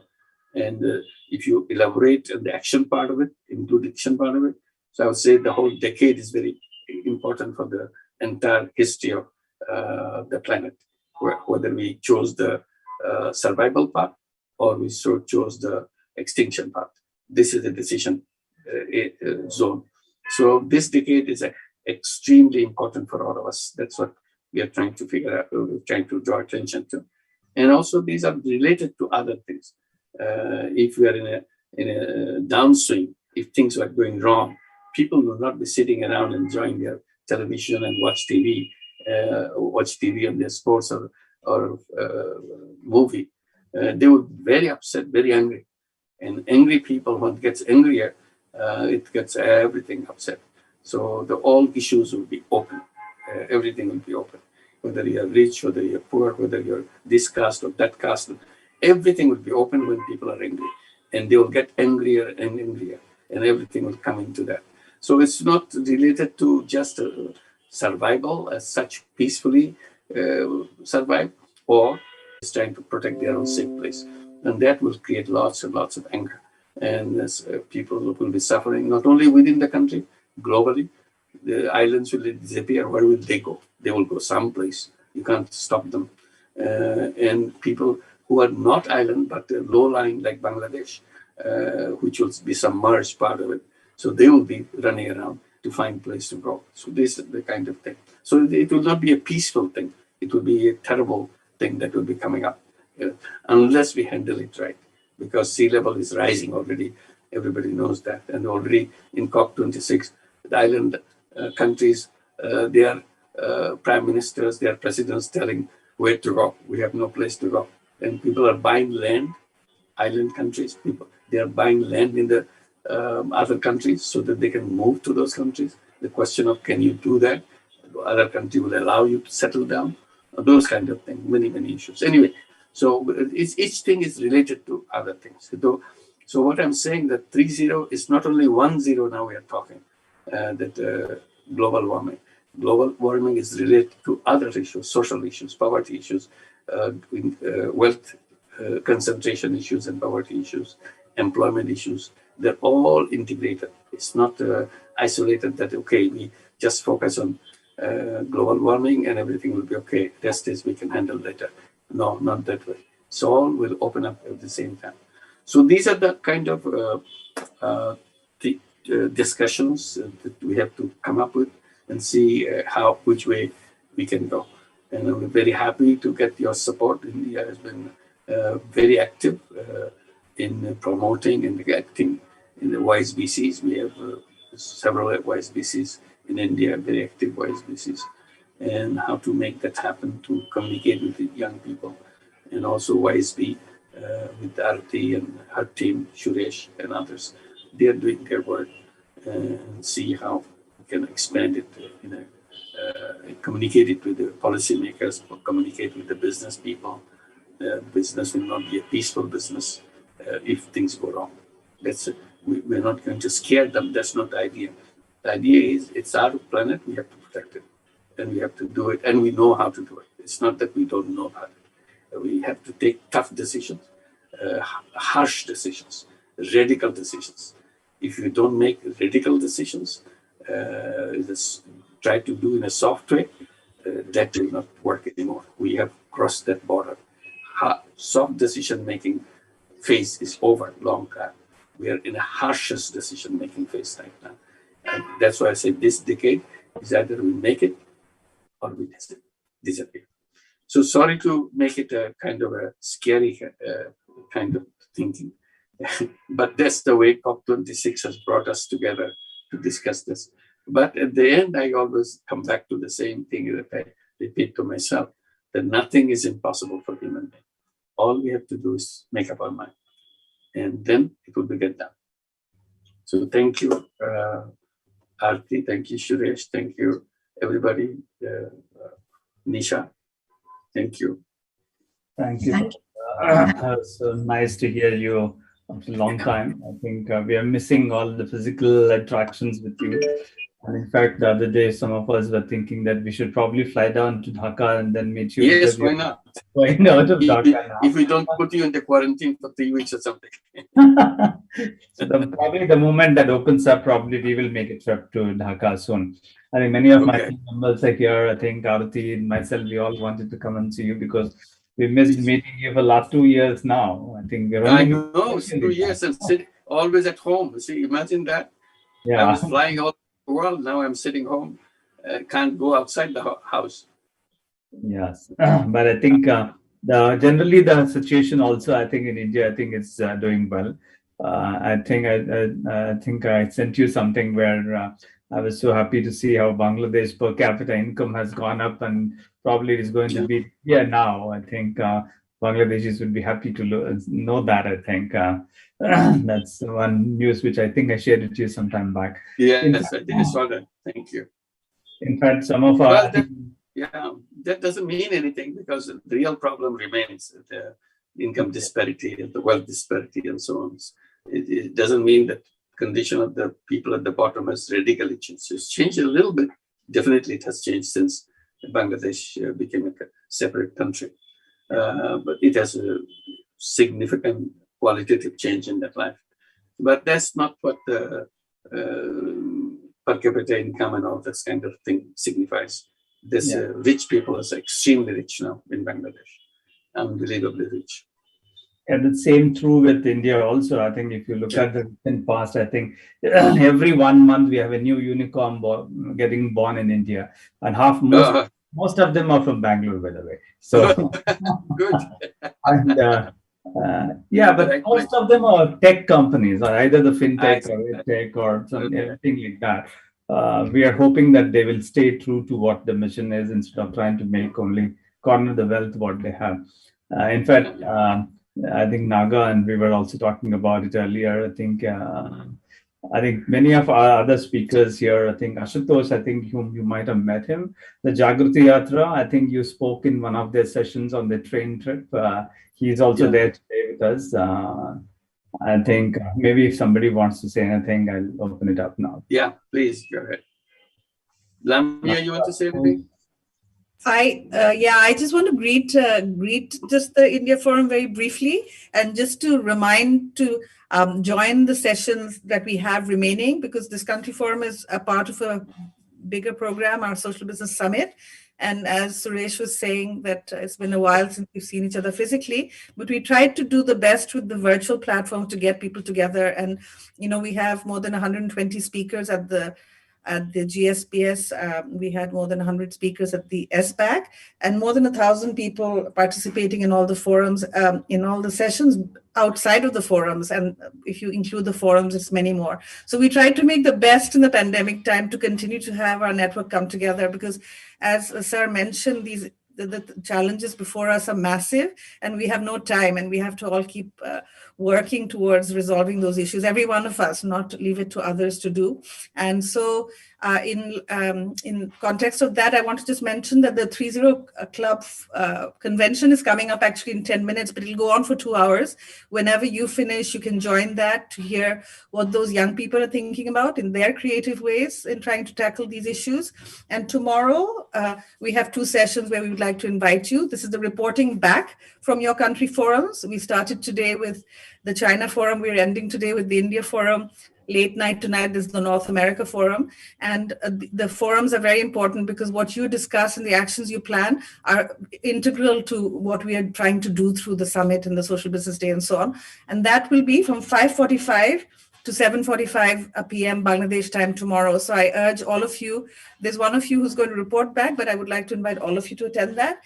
And then the closing session of the summit, 8 to 9 p.m. tomorrow night, which will close off the full week of events that we've had. We started on the 4th.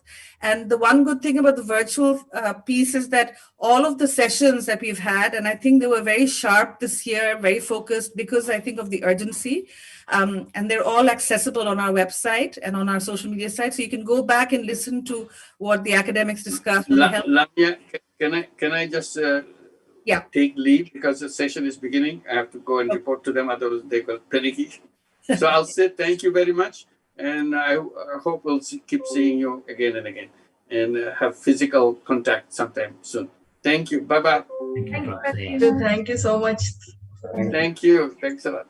Yeah, so, we went through quite a lot of preparation for all the sessions. So we would really appreciate it if you went back to hear those. I think, the topic was planting seeds for a new economy, and many of those ideas are already planted. They're happening in small ways and large ways. And I think we have a lot to learn from all the practitioners in the network, the academics in the network, about what we can do. So that was one. And I just, was thinking about the physical events. Again, Suresh, you and Aarti used to come with busloads of delegates in Social Business Day. You got stuck once, right, on the way to Grameen Danone. I was just thinking about that. It feels like a long time ago. But yeah, we are... To complete the trip, Lamia. Yeah, I was just thinking about that. It feels like a long time ago, but we look forward to having that. It's very important that you are meeting like that and like this, in this way, with all the constraints. But I look forward to seeing you all tomorrow. And thank you very much. Thank you, Lamia. Thank you so much, Professor Yunus, Lamia, Tanveer, and Shabir. Now, lastly, to wrap up the forum, we have a presentation by Mansi on the social business support landscape in India. Over to you, Mansi. Thanks, Dr. Sushma, and thanks everyone who's been here, till now and has gone through with us in the entire forum. I would love to present a small presentation. This is, this is regarding a new research study that we are launching in the next 2 weeks. I'd like to present to you the Enterprise Support Landscape Study, the India edition. To give you a little bit of context, we started working on this study early in 2021 with IKEA Foundation. And the purpose of the study was to understand the social business support ecosystem in 4 countries. We worked in India, Kenya, Colombia, and Brazil. And overall, we've been able to talk to around 35 ecosystem players, which are impact investors such as ourselves, and incubators and accelerator programs.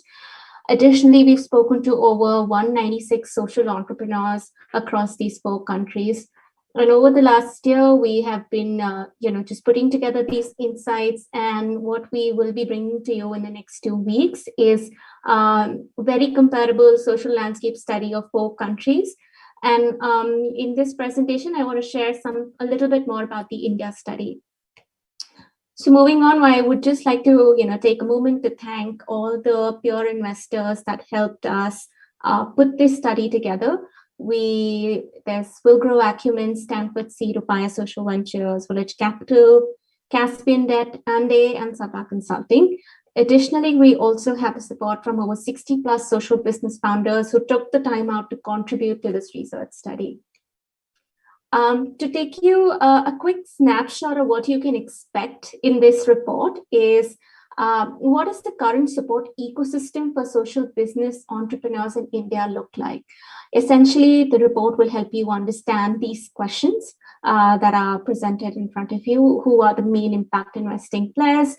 Are there any mismatches when it comes to the support demand and the support supply? How has the pandemic impacted business models and revenues? Moving on to impact measurement and management, how are social entrepreneurs, managing this? Is it same across all countries, or is there, clear differences? And in terms of non-financial support, who are entrepreneurs reaching out to? Who are the institutions that are sort of going ahead and, are setting the benchmark for such services? And most importantly, who are the key actors that social businesses approach when it comes to looking for debt or equity funding? Moving on, a quick snapshot of the impact investing ecosystem that you'll also get to see in the report is clearly India is higher when it comes to its counterparts, with almost a 2.6 billion impact investing market, which is the active funds that are at play or the assets under management. While India has been one of the first countries to sort of see a growth in the social business movement going as early as the Amul cooperative movement or the Arvind Eye Care model, there is a lot more mainstream awareness around it today, and the government is also looking at setting up a social stock exchange very, very soon, and it is right now in discussions with the SEBI. Overall, what we've seen over the last decade is that clearly the investments have moved from microfinance into other sectors. And you can also see it's very visible. EdTech and Agri-Tech are something that are picking up quite faster, and the chunk for MFI allocation is going down. Overall, we are also seeing an inflow of a lot of commercial capital. When I say commercial capital, these are your standard private equity and venture capital funds, which we identify slightly different from the impact investing funds. So we see that both these players are actively involved in, investing in social businesses today. Overall, there is a proactive sector collaboration in over, between 2016 and 19. Club deals, which is where impact investors and commercial PE and VC funds have come together, have contributed to almost 48% of the total deals. So I think, long story short, we are seeing a lot of movement in the impact investing ecosystem, and I think this is clearly, tailwinds towards much more things to come for social businesses. In terms of what you can also expect in the report is really the importance of the hybrid support providers. Unisocial business, visualizes the support ecosystem as a spectrum. At one end, we talk about the financial support providers who are either who are providing pure capital supply, which could be debt, equity, mezzanine financing, or grants. Then we've got the hybrid support providers who are working in the middle, are doing both financing as well as building capacities of these organizations. And at the other end of the spectrum are the non-financial support providers. These could be your consulting organizations, academic institutions, and industry bodies.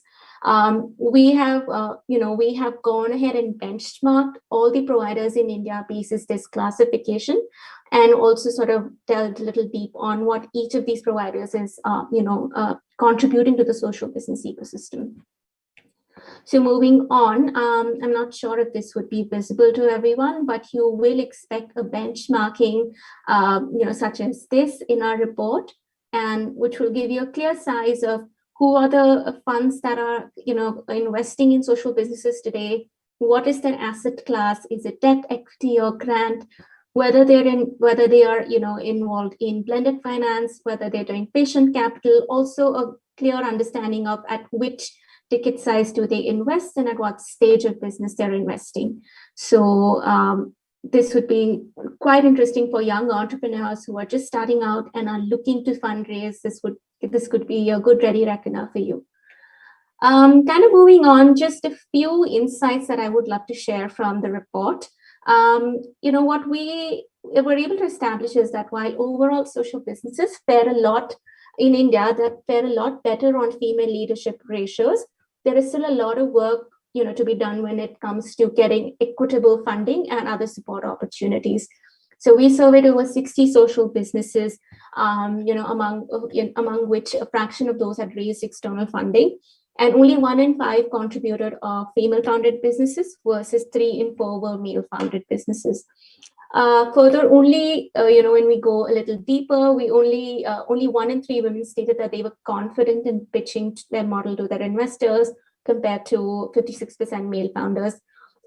This just goes to say that definitely, I think India is a lot better when it comes to gender representation in the social business space. But I think conscious approaches or gender lenses in incubation and funding can actually drive this cause, to the last mile. When we look at the other insight that came across was that, of course, raising capital has always been an age-old challenge for social businesses. However, what we were able to understand is that the more, glaring factor seemed to be, just a lack of understanding regarding what type of investor is the right one. Almost 4 out of 5 entrepreneurs said that they needed the kind of finance needed, which could be a debt or an equity fundraise, but only 1 out of 5 entrepreneurs felt that they were confident of, getting to the right investor or finding the right investor. It really just highlights the challenge that, entrepreneurs need support to self-assess, what is the right fit of finance for them, and subsequently, approach the right investor instead of, spending a lot of time going after the wrong one and not really getting, what they want out, a return of investment. Some quick insights on the barriers to access finance. Almost 67% of the social businesses that we've surveyed consider access to debt challenge.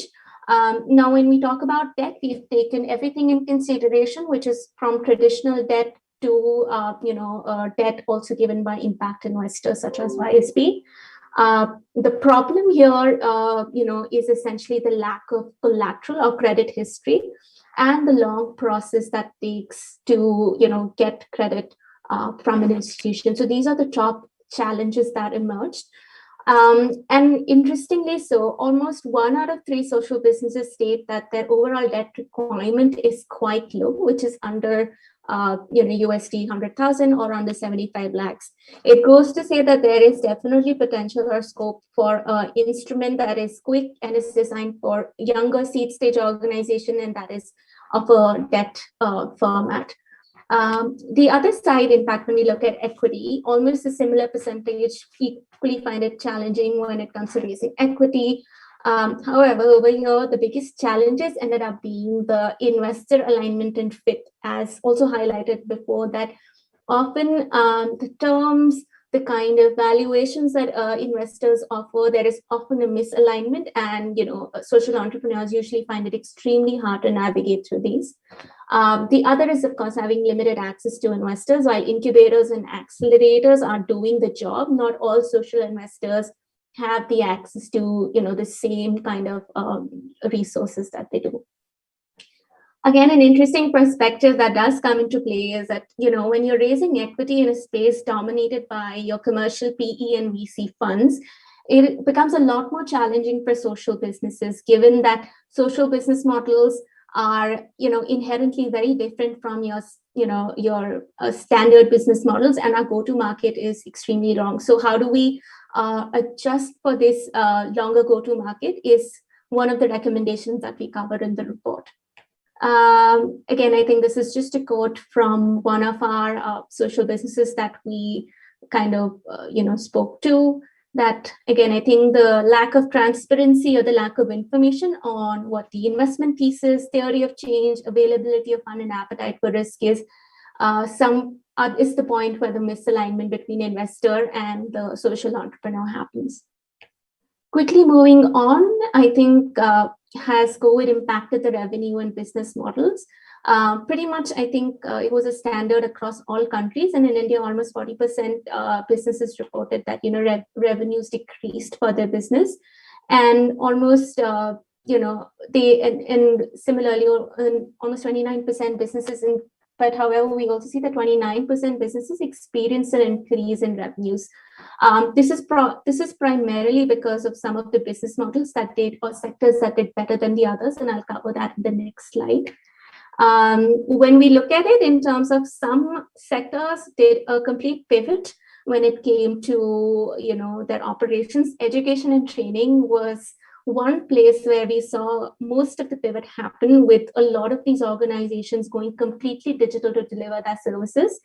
Agriculture and food security was another model where we saw a lot of B2C kind of pivots happening. And last but not the least, healthcare, because I think that was definitely a much needed area to go digital, and those are the very obvious ones, but areas where a lot of significant model pivots have happened.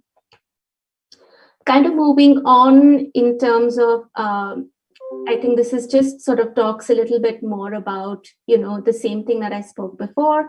There are certain businesses that have, done a little better even after pivoting their models. And I think healthcare remains one of those sectors.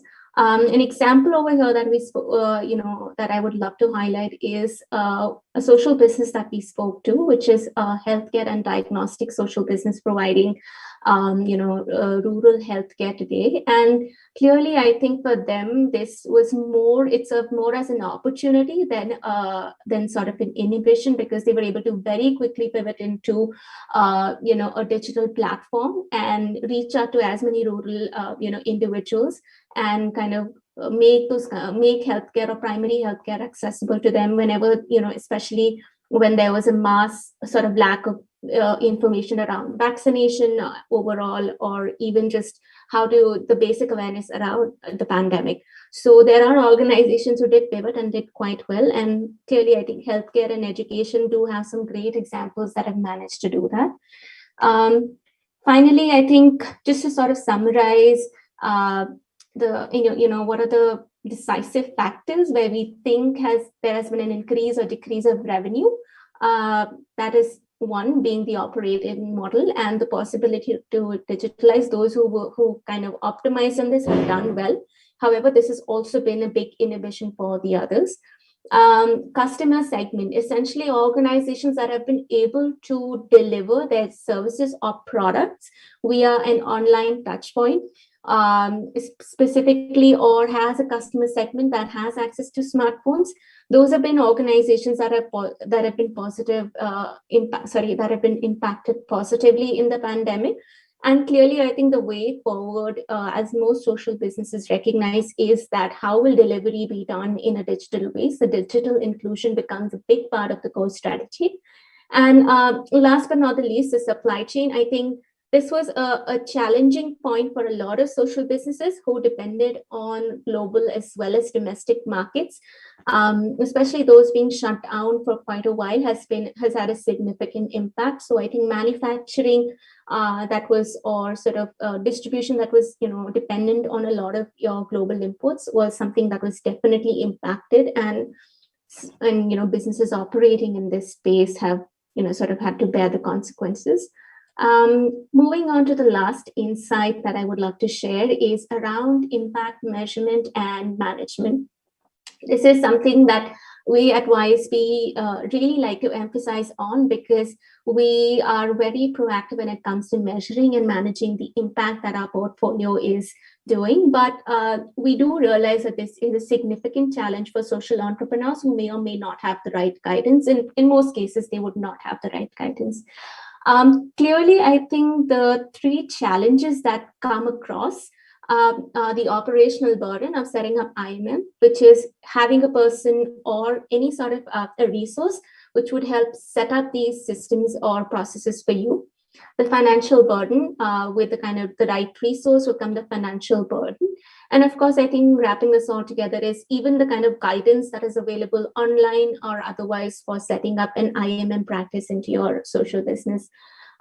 We see this as a very important aspect, because we do realize that IMM will be a core driver of how investments will happen over the next few years. And an organization that is able to measure, manage, and sustainably grow its impact will be a great proposition for investors to look at.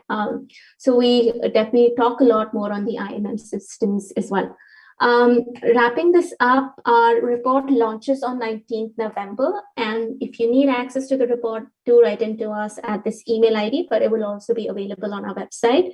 And there's a lot more than I've been able to cover at the report, but definitely both for impact investors and social entrepreneurs alike, we have everything, we have something for everyone. So yeah, that's about it. Thank you so much. That's great, Mansi. It was really nice to see all the highlights of this report. I'm sure a lot of people would like to have a copy of that. The presentation was well summarized. Sure. Thank you so much, Suresh. I think we're done. I'll give it to Sushma ji to just wrap up. And yeah. Naga has something to say? I'm good. I think the report is pretty good, Mansi. Thank you, Naga. I think the IMM thing is very good. So we should probably take some bits and pieces, start giving out to people so that they get the essence of it. I think these days people appetite to read big reports are all gone. Agreed. So, but just figure out a very nice infographics like the graphs you have. We should just push that out on a weekly basis. Yeah. Absolutely. Nice. Thank you, Mansi. Thank you, Sureshji. Thank you, all the panelists. We had a wonderful discussion today. And then I think we should wrap up for the day. Yes, we are a little out of time, but it was really good. So good dialogue. I think, Suresh, we should have it on an ongoing basis here, every quarter. Yeah. Right? So, it need not be big numbered, but just very strong people coming together and having a dialogue. Yeah. Let's do that, Naga. I think that's like this, because some of these thought processes, I think, thoughts will be provoked with right kind of people around you. Absolutely, yes. So I think if you have bandwidth, I'm for it. You should do it, every quarter. We'll reach out to Naga sir soon with something. Suresh and I've been planning to do this, but I think definitely gives us the right motivation to go ahead. Yeah. So Ashutosh can also help us with that now. He has a lot of following. Yes. Great. Right. Awesome. Yeah. Awesome. Right. Thanks everyone. Bye. Have a good evening. Thank you. Thank you, Sushma ji. Thank you. Thank you. Yes. So much.